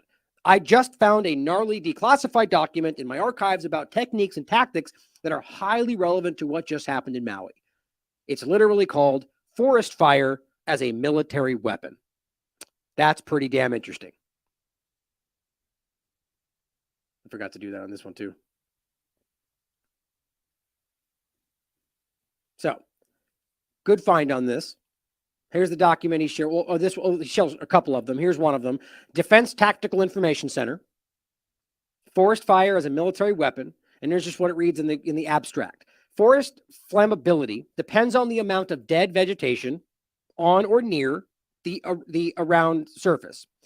Is that what it says? The ground surface. Sorry, I was blocking that. The moisture content of this ground level material and the weather at the time of the burning to forest flammability. can be greatly increased by killing all shrub vegetation, selecting optimal weather conditions for burning, and igniting fires in the pre-selected pattern. And 3, removal of overhead tree canopy requires the initiation of high-intensity crown fires. In many climates, crown fires are unlikely to be achieved by any environmental modification technique. I mean, it's just so crazy how they're literally outlining how you use fires to achieve a military end or a political end, which is usually what it is. And what does it amount to? Everything we're talking about. The corporations coming in and leaving this exactly the prime for burning, not the sugar cane and the leftover byproducts of what they're doing, or the lack of keeping up the area they owned after they stop, which is what Shelby was telling us. What everybody's telling us. So you create the dead vegetation, and then the moisture content of the ground level, which we've talked about as well, or the weather at the time of the burning. Now, I'll show you a video from Dane Wigington where he gets into some pretty interesting stuff. I'm not going to play it, but you guys can watch it for yourselves. I recommend you listen to what he has to say. Or the fact that we're talking about the igniting fires in multiple locations, which is oddly what it looks like. Just like we saw in California, where the chief is telling you, how'd they all start at the same time? Well, the same thing seems to have happened here, where you've got multiple fires starting at the same moment that all converge to cause a problem. I'm not saying that means we should ask if it could have been something like arson or something more than that. Here's a book, Forest Fire as a Military Weapon. So it's not just this random document somebody made up. And here's the actual document for yourself. You can read it, go through it. It's real. U.S. Department of Agriculture, Forest Service. It's pretty incredible. I don't think I had anything here I was going to read, but the bottom line is you guys can read through it for yourselves. They're outlining how they use this to drive people away from what they want to control. Now, whether that's the case, that's up for you to decide. Here's Kano the Great pointing out some other interesting things that could suggest that this was just a random series of events that caused a fire that was then and is still being exploited by people in power. Because that seems to be happening regardless of how you think this started. Let's make sure we don't miss that. The exploitation of the event to achieve their ends is something we should not miss for looking for the bigger conspiracy that might very well be there. And I don't mean conspiracy in a derogatory sense. I mean literal conspiracy, because that's my point. They're conspiring. But he says a video posted on August 8th by a Lahaina resident shows downed power line in flames. That says Maui residents are suing power companies that inexcusably kept their power lines energized during forecasted high fire danger conditions, which they're not supposed to. This is live right across the street from my house. Freaking power line just went down. Oh, you know what? Let's play again. Let's play. This is another version, but shows the power line itself. How long this pole's gonna hang in? This thing's gonna go up the top. Everything's hanging out of the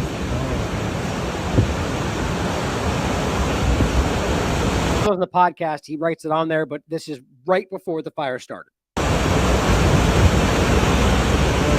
gust right there.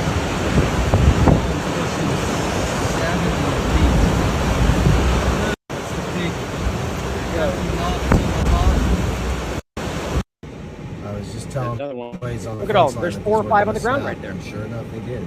3, maybe? 4 total now we've seen. So this is gnarly. Okay, so and then you have this one. Where Try my little water hose, but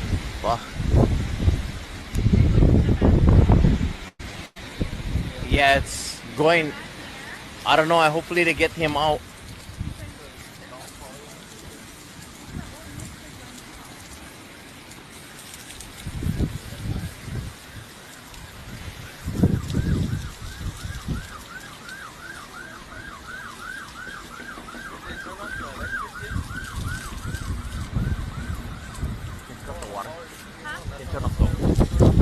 So now they're trying to warn the guy to have him get out of his house.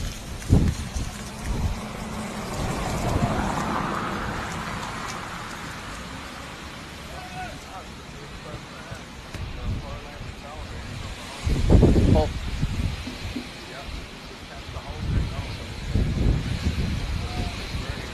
Flames going on the other side. Police trying to get in.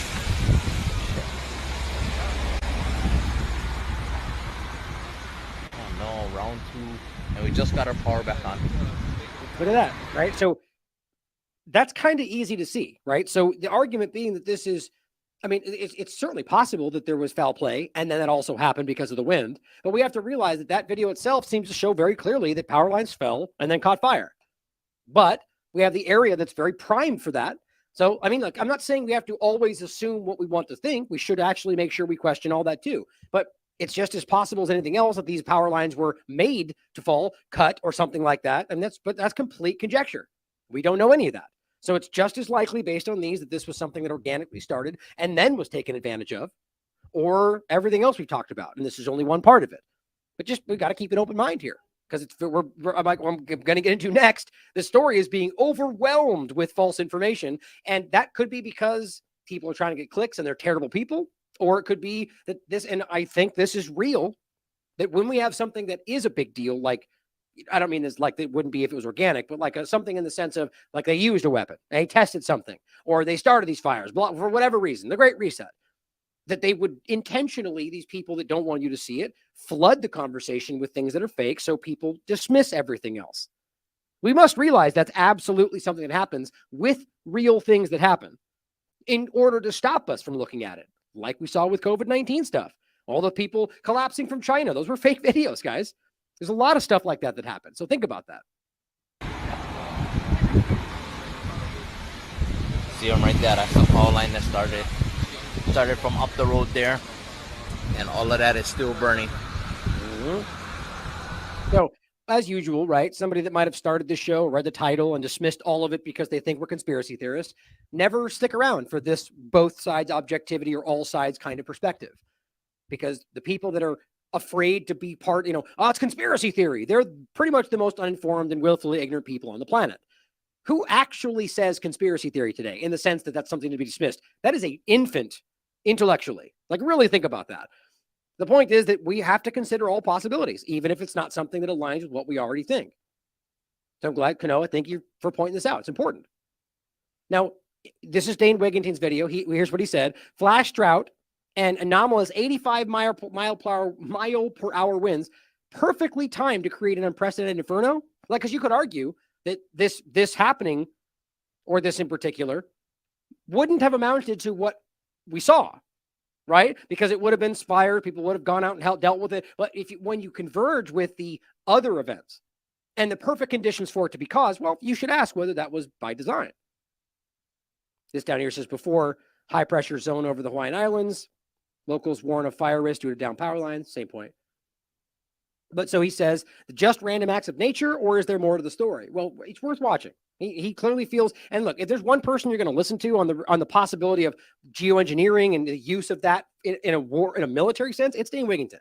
He's doing great work. I recently interviewed him around the general topic of geoengineering and climate change, gambling with the human species. Very interesting discussion here. It's worth listening to. But be open to possibilities, guys, because I don't think it's just one thing in any sense. Almost never is anymore. But one thing that frustrates me is we have the Daily Mail and a lot of even locals that are now focusing on the energy company because of the polls and elsewhere and saying it's your fault, right? Which, by the way, they clearly should be held accountable for that. But one thing that I noticed before from California that makes me nervous, what happened to PG&E? Now, look, maybe I'm missing something, but I was following the story. As far as I can tell, PG&E benefited from the whole thing. They're now charging, and right away, what did they do? Well, they increased their fees. They would shut down energy with a small breeze. They would say, "Isn't that what you wanted? We're being safe." Well, no, you're almost like being intentionally vindictive because you got caught. So, oh yeah, we're going to shut your energy off in the middle of summer because it's windy. It's like, well, no, that's not what the point was. They didn't get held accountable. As far as I could tell, nobody got legally held accountable. And now they're making more money than ever at your expense. So did they really get held accountable? Or was it all a manipulation? So now that we have Hawaiian Electric being accused of being responsible for this, let's wait and see what happens. Are they going to be fined? Are there going to be criminal charges? Or are they just going to use this as an excuse to shut electricity down that leads right into the Great Reset direction, or to charge you more? Well, if it does, I think we have our answer. But they should still be accountable. But let's also make sure we recognize one of the most obvious parts of all this that is concerning is the fact that they were not warned. A system that is tested periodic, like monthly at least, suddenly doesn't work. That's in conjunction with everything else we know, that FEMA still hasn't come, that people are being boxed out. We'll show you that next. But Keith says, so if local officials suspected large-scale arson on Maui 3 months ago, which they did, suspecting someone setting fires all over Maui, that's pretty interesting. It says, why is anyone talking about climate change? Yeah. He goes, oh, and the state government supposedly renowned alarm system just happened to completely fail that day. You can read this. Why did it fail? Doesn't really explain it. But so you have evidence of people trying to start simultaneous fires. That's what this talks about. They're caught for it. Or rather, they know that it was an arson suspect. And we can't factor in that could have happened again. I mean, obviously. Sounds more likely to me, especially when you have examples of fires starting in multiple locations at once. Well, there was wind, and we did see power lines. So maybe that was it too. But it also could be this. And we have to make sure we factor that in. The people screaming climate change or anti-conspiracy theory are ignoring all these possibilities. I really think the fact that the alarm didn't go off is one of the most important. That's absolutely ridiculous. Again, when we point out like accidental ones, oh, a fake ballistic missile, or multiple times where they go, oops, the alarm went off. We didn't even mean to. And now when they find it, it's just so ridiculous. But there's also this part, which is almost hard to stomach. I mean, it's impossible to stomach. This is disgusting. Maui residents, as you can see here, are bringing food and supplies. They're trying to anyway, and they have been using jet skis and different ways to come in from the ocean because they weren't letting anybody in from any other way. So they were kind of sneaking it into people, essentially. It says they donated essentials will go to the victims of the devastating fires. But guess what? They just stopped this. They just literally stopped them from bringing in any help from the water, even though there's not anybody bringing anything else that I can see. People are desperate for things like insulin, and they're bringing it, and they're being turned away. That's being confirmed even by corporate reports. Why? Well, liability. Okay, well, what's happening to the person who's desperately in need of it for their needing insulin to survive? Well, wait for FEMA to bring it in for a week from now. Otherwise, we're not sure. You could sue us. Yeah, clearly they're interested in helping people, right?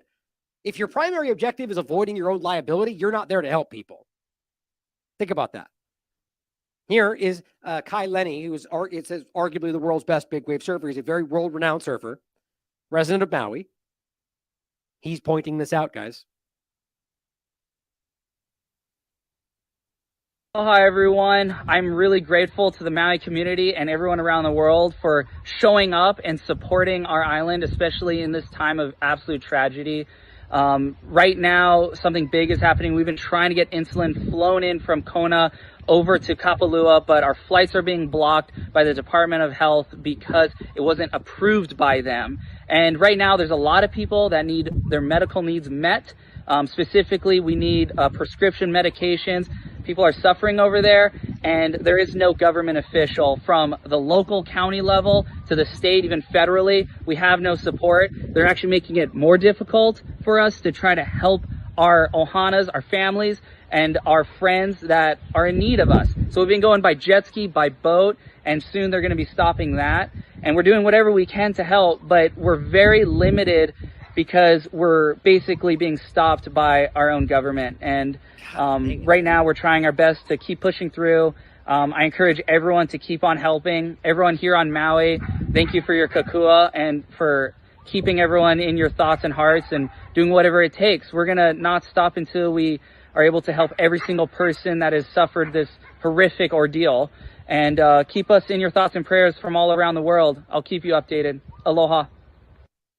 Imagine stopping people from helping, right? Again, that means you're more concerned with your own liability and bureaucracy than you are with helping people.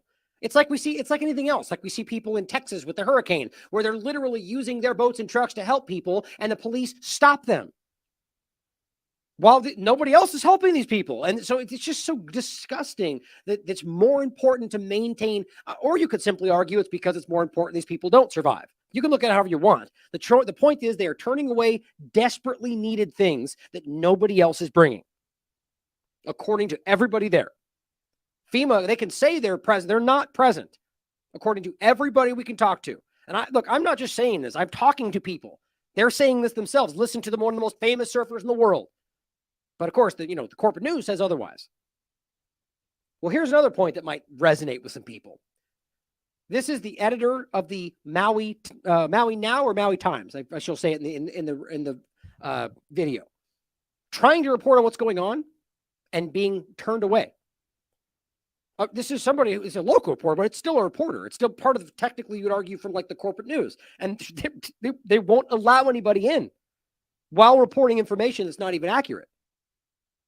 Narrative that the media is lying about the reality of the Lahaina fire is incredibly frustrating for me because I am the media.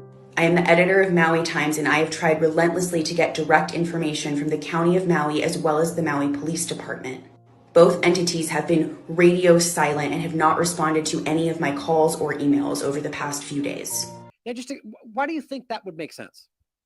Right? I mean, wouldn't you argue that whatever you can tell people that are worrying whether their families just got killed would help? Radio silence is the last thing you should ever be doing. Like, look, here's what we know. That's all we can tell you. We don't know anymore. We're trying to confirm it now. Nothing but blackout. Not in a response, not really, not even I'll let her finish. I also spoke to Maui police officers in person in Lahaina, and they all denied me my First Amendment right to freedom of the press by denying me access to Lahaina town as well as denying me information. They even sent me on a wild goose chase trying to find their media coordinator who had conveniently gone home for the day by the time I found where he was supposed to be. So it is not the media who is lying to you because I am obligated to only report what has been confirmed. Well, I don't agree with that. Fair enough that she's making sure you understand that there are some media, like ourselves, like her, that are trying to find the truth. But obviously, I can prove to you that the media is absolutely lying about a lot of different things in this and other stories as well. But the point she's making is that not all of them are lying, that she's simply only able to tell you what she has because they won't give her anything else. That's part of it too. So when they say 86 confirmed, that's because that's all they can report because that's all that they're being told. That makes sense. Despite the fact that, like, if I was in her shoes, though, I would speak to individuals on the ground and be like, well, here's what the locals are reporting. That's reportable. You're not only obligated to report what the police tell you, right? I mean, I think that's pretty clear, but fair enough. Like, she's being objective. We can't knock that. Who's lying to you is the government entities who are trying to cover their asses and not take accountability for how grossly mismanaged this entire situation has been. Maybe if we make this go viral, I'll actually get a response from them. Now, look, that's an important thing to think about. As much as we are absolutely justified in asking whether there's something bigger going on here, that's my point right there. That's right there. Just simply grossly mismanaging this, and maybe doing so with the benefit of people that are wealthy and trying to buy the properties. Either way, the point is that there's right now enough to point out that the way they're dealing with this is inappropriate. That we have to make sure we don't skip past that for the bigger picture. I mean, I don't know how you could possibly pretend that you're stopping people that live there from going in their own territory. Right? Or that you're stopping people from reporting on what's going on. It's been 5 days. What are you stopping people from seeing? It's a genuine question. Now, President Biden steps in to tell everybody, well, the residents of Hawaii mourn the loss and life and devastation taking place across their beautiful home. We mourn with them. Clearly. Like I've said, not only our prayers and prayers, thoughts and prayers, because that's what we need, right? FEMA's temporary sheltering assistance is now available for residents who have been displaced. According to locals, that's not being confirmed. I just spoke to Shelby this morning, and she says 100% that's not true. Allowing survivors to shelter in hotels and motels. Right. Well, even if that's the case, you're talking about 4 days later. I mean, why is that acceptable? There's people that were immediately in need, and people were turned away. But get this. And this is what people point. This is ridiculous. It's almost like whether you think it's actually that these were direct energy weapons or not, which we should. I'm like my opinion. We can't prove that, but we should ask. But then I almost feel like in some cases they say things in a certain way in order to get people to go, oh, it's because then it makes you look crazy when you're like, look, he said laser focused. But it just seems like a very ridiculous. Like they see the conversations, they know what's going on. Seems pretty ridiculous to me. It's almost like they're trying to make fun. But the point is not that. That's just a passing observation. It's that including critical needs assistance that Biden is showing how generous he is by saying he's going to give you a one-time $700 payment. What a man. So these people just lost their entire homes. In some cases, these are multi-million-dollar properties we're talking about. what their value is. And then on top of that, they lost everything they own. And you're going to, here's $700. That's not even enough to pay their electric bill because of you. It's not a joke. I mean, this is almost meant to be an insult, especially when you realize that they just sent $100 billion to Ukraine. Oh, and guess what? Yesterday sent another 200 million. 200 million.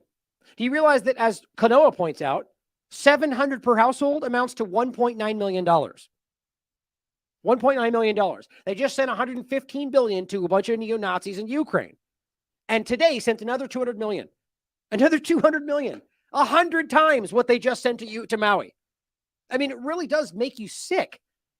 Who makes sense of this? How can you possibly not think these are Americans, whether they want to be or not? You illegally occupy the territory like everything else, but they're still considered Americans. And you're sending more money to people that are fighting a war in the name of America that nobody supports.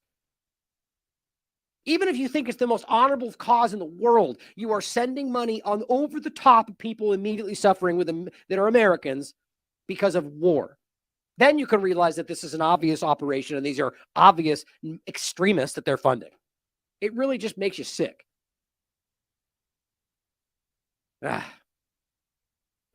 Kanoa points out there's over 2,700 structures that were destroyed, valued at $5.6 billion. But here's a $700 check. Go get yourself a gumball.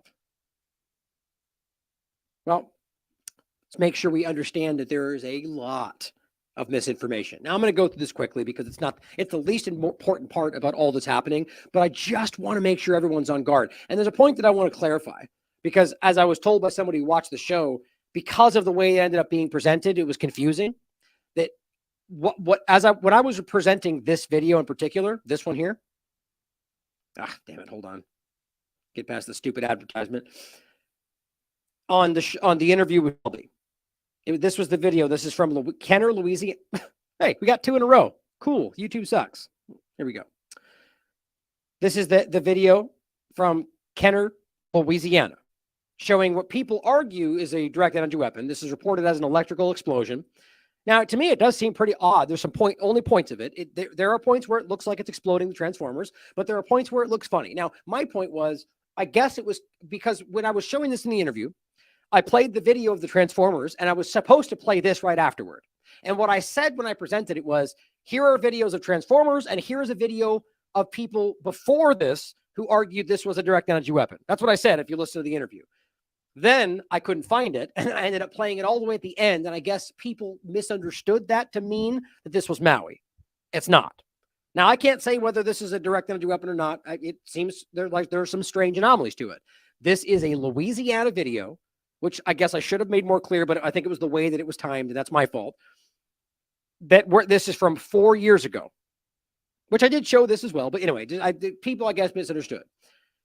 So the reason I'm showing you that is because, weirdly enough, right after we did that, it was all over the internet, which is just funny because that happens to us all the time, and people it's just the way it works today.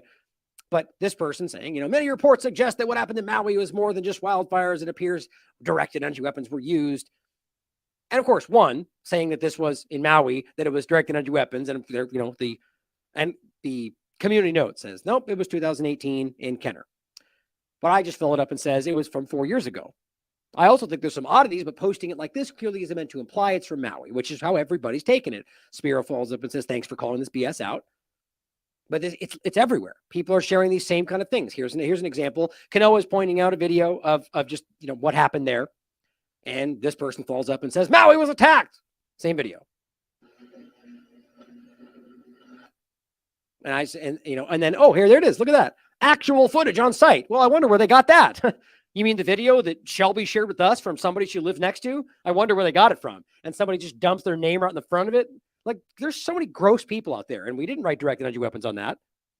It's just disgusting, isn't it? There's gross people trying to, take advantage. Now, I'm not even trying to say that's this person. They may not have known, but you should have done your due diligence. Check stuff. The point is, that's also, again, being shared, not true. Here's the full video if you want to watch it. It is very strange. Now, my point is right there, that could be a transformer. It is what it looks like. But there's a point right over here, right there, where it appears to me to kind of jump between an area where there is no transformer. But I could be wrong. That's all I pointed out when I showed this. But it still seems like a strange looking thing. Now, that being said, here's other versions of this. This person shares this. It says, if the fires in Hawaii were natural, what the hell is this? Well, it's from 2018. Not in Hawaii, in Michigan. Now, I'm not saying that because Community Note said so. I'm saying that because I looked into these before those even popped up. But that is the truth. And this person says, well, I've seen these photos enough today, and while the damage in Hawaii does look like dues, like this is the kind of thing that I'm doing. Like, well, I could argue that that's certainly possible, but let's not lie about stuff, right? This is from a rocket. Oh, actually, there's one from a rocket launch. This one, which one was it? The bottom line is, the one from Michigan. This one is a rocket launch from 2018 as well. This was also circulating, which is fake. And it's a CGI manipulation of what they say is a do, which just looks like a bomb, quite frankly. But one thing you'll notice, it's a pretty crazy video. The bomb goes off. You'll see in a second.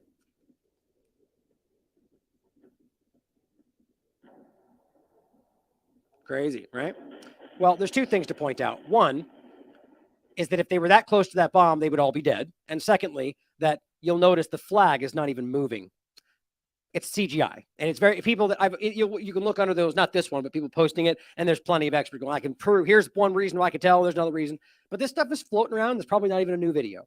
But everyone jumps in and goes, and it could be that they know it's fake and don't care, or it could be that they just don't do their due diligence and they don't realize. But that's either way, that's your fault. This person says, here's a video of an actual direct energy weapon in Chile. And this one, you know what? This was the point, people pointing it out. The point is that there's two ways. There's one thing to point out is that people are arguing it's a direct energy weapon. I have this in out of order, actually, but because somebody's sharing this saying, look, it's in Hawaii. I think it's right here. Anyway, then we'll come back to it. The point is that this person, and I do agree with this, that these things, you could argue this is what it looks like, because it's pretty crazy when you look at it. Right there. That looks like something's hitting it, but any photography expert will tell you can get the exact same look from a flare, a lens flare. So there's a flash of light and it causes a lens flare. We know that's true. I'm not saying we know that's what that is, but on top of that, this is from Chile from 2000, where is it? I forget the date on there, but I'll show you another example. This person just simply, lens flare, but this person saying it's a do. Well, there's a lot of hype, people saying things they can't prove. Here's a classic example of somebody who's constantly saying things that they can't prove. Looks like DARPA created a new type of fire that can roll across pavement and only burns. Except it's not though. Except it's from 2022. It's in Ohio, and it's mulch that caught on fire on the ground in high winds. Which again, it's not because Community Note said that. It's because you can easily verify this stuff for yourself. I guess he didn't care to do that. That's something that's not really a good characteristic for a journalist, right? Maybe you should check things before you share them, but it doesn't matter because it's really just about tapping into the momentum and getting a lot of attention for it. Here's somebody who simply posted something that I'm seeing circulate all over the place as if it was from them. Hawaii update. And it says, I just got out of a meeting where I was informed about somebody. Okay, maybe, except though this person says, well, if you just search for the first two lines, what you'll find is interesting. Oh, look. I guess all of these people just got out of a meeting and they all seem to know that it was, I just got out of a meeting where I was informed by somebody at the mayor's office. Everyone? Apparently they were all in a meeting with the mayor, or they're all regurgitating and citing what they haven't checked, because it turns out this doesn't even appear to be real. This is using a video from somebody else that was there, and they're saying, I haven't confirmed whether it's real or not, but neither have they, is the point, because it's being regurgitated, and it seems to have stemmed from somebody who deleted it already. This guy. This is a pretty prominent account, but he posted this, and it says, I just got out of a meeting where I was informed by someone in the mayor's office about developments that are being kept from the public. I'm not a conspiracy theorist, and I don't want to make trouble, but here's what I've heard. The amount of fatalities is expected to be more than 500, but less than 1,000. Now, what's interesting is that seems to be what a lot of people are saying. That's usually how these things work. Many of the fatalities will be children who are, and it just goes on and states a lot of things that could be true. And it uses a video from somebody who apparently is not. This video was out before this. I've shown you this right when this started. It's somebody who was in there while the fires were going on in the water. So it's interesting that they would have cited to this, but this person then deleted that tweet. But it was cited by Mr. Peters here. Not only in the U.S. government using DARPA tech to perpetuate arson and trigger fires, sales from valuable Hawaiian oceanfront, but they're burning children alive to accomplish their scam. Now, did you check that? Or is it just text on Twitter? So we're going to say it because it works for us. Yeah, maybe we should think about that, because this is quite disgusting to use people's suffering to promote yourself. You can search for this for yourself and realize how far this goes back and how many people are citing that same Nicola 3, even though he's already deleted that. Or this one that's provably a rocket launch. It is. You can look this up. It's been around. At the very least, you can prove this image is from long before right now. Here's another one. Let's get to the truth and not what they're telling us. Ooh, big red circle. Looks like somebody shot that with a weapon, except you can very easily prove that that is not what was shot. And that image is from not what they're, I mean, it's just so frustrating, isn't it? That we even have to go through this. Now, again, I posted this before that community note was there, but it's saying the image has been altered. That's what I found too before that was ever posted. And you can look, and Spiro following up saying, yes, call it out. Right? This is a video that happened in a Hawaiian location, but the point is you can see based on the original photo that was shared that that's not, there's no laser there. It was altered. Again, I'm not the one saying that there's not possible. I'm in fact arguing aggressively that it is possible. But we also have to be honest. There is far too much of this going on today, guys. And it stems back to a lot of very similar people that have gigantic followings that I guess nobody cares about. Now, I'm in no way saying that people should be censored. Ever. You have a right to lie. But I find it very telling that Twitter is all about suppressing very real content today while allowing things like this to flourish. When both of them should be allowed, right? Obviously, especially if they're suppressing the things that are most important. But to end today, I want to make sure you check out Really Graceful's outstanding video. It's really well done. In fact, she opened up some doors that I hadn't seen in regard to, like I said, the electromagnetic force, the electromagnetic power kind of direction of this very location on Maui. Now, I feel like that's going to become very relevant as we dig further into this. But she just always does great work. So make sure you check it out. And I appreciate her including the point about where these locations are. I think I do think it's important. So make sure you check that out. She really does do good work. And then Scott just put up a frontline report of the Maui fires and relief efforts. Shelby Thomas. This includes our interview, but as well as other information going on. So make sure you check that out. Make sure you subscribe to our Substack to support the platform. And I'm going to play this video for you because I always love these videos. This is from, what was it called? The Juice Media from Australia. And it really just highlights in a, humorous way, the horrible reality of what, got the hiccups all of a sudden, happened in Hawaii before this. We just don't seem to consider in this country. And I'll end with those last 2 points.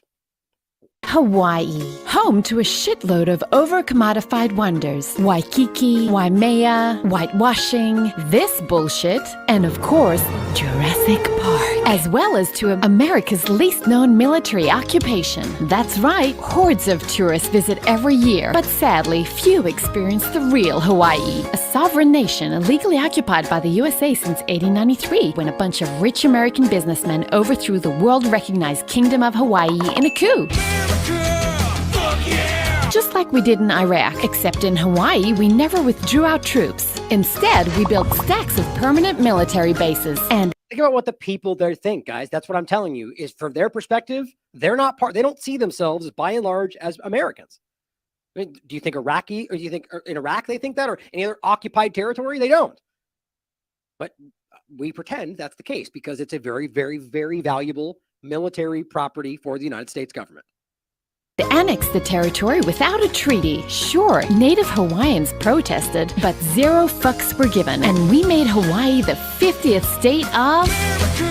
So President Trump was right about one thing. Technically, Obama was not born in America, but in a foreign country illegally occupied by the USA. Today, each island offers a unique flavor of occupation for you to come and enjoy. Oahu, where tourist and military occupations work together in perfect harmony, plaguing the land and driving natives into poverty. Kauai, where Mark Zuckerberg is continuing the tradition of rich American businessmen pushing natives off their lands. Or why not just buy a whole island? Like this rich howler prick did on Lanai. That is so, I mean, that really breaks my heart.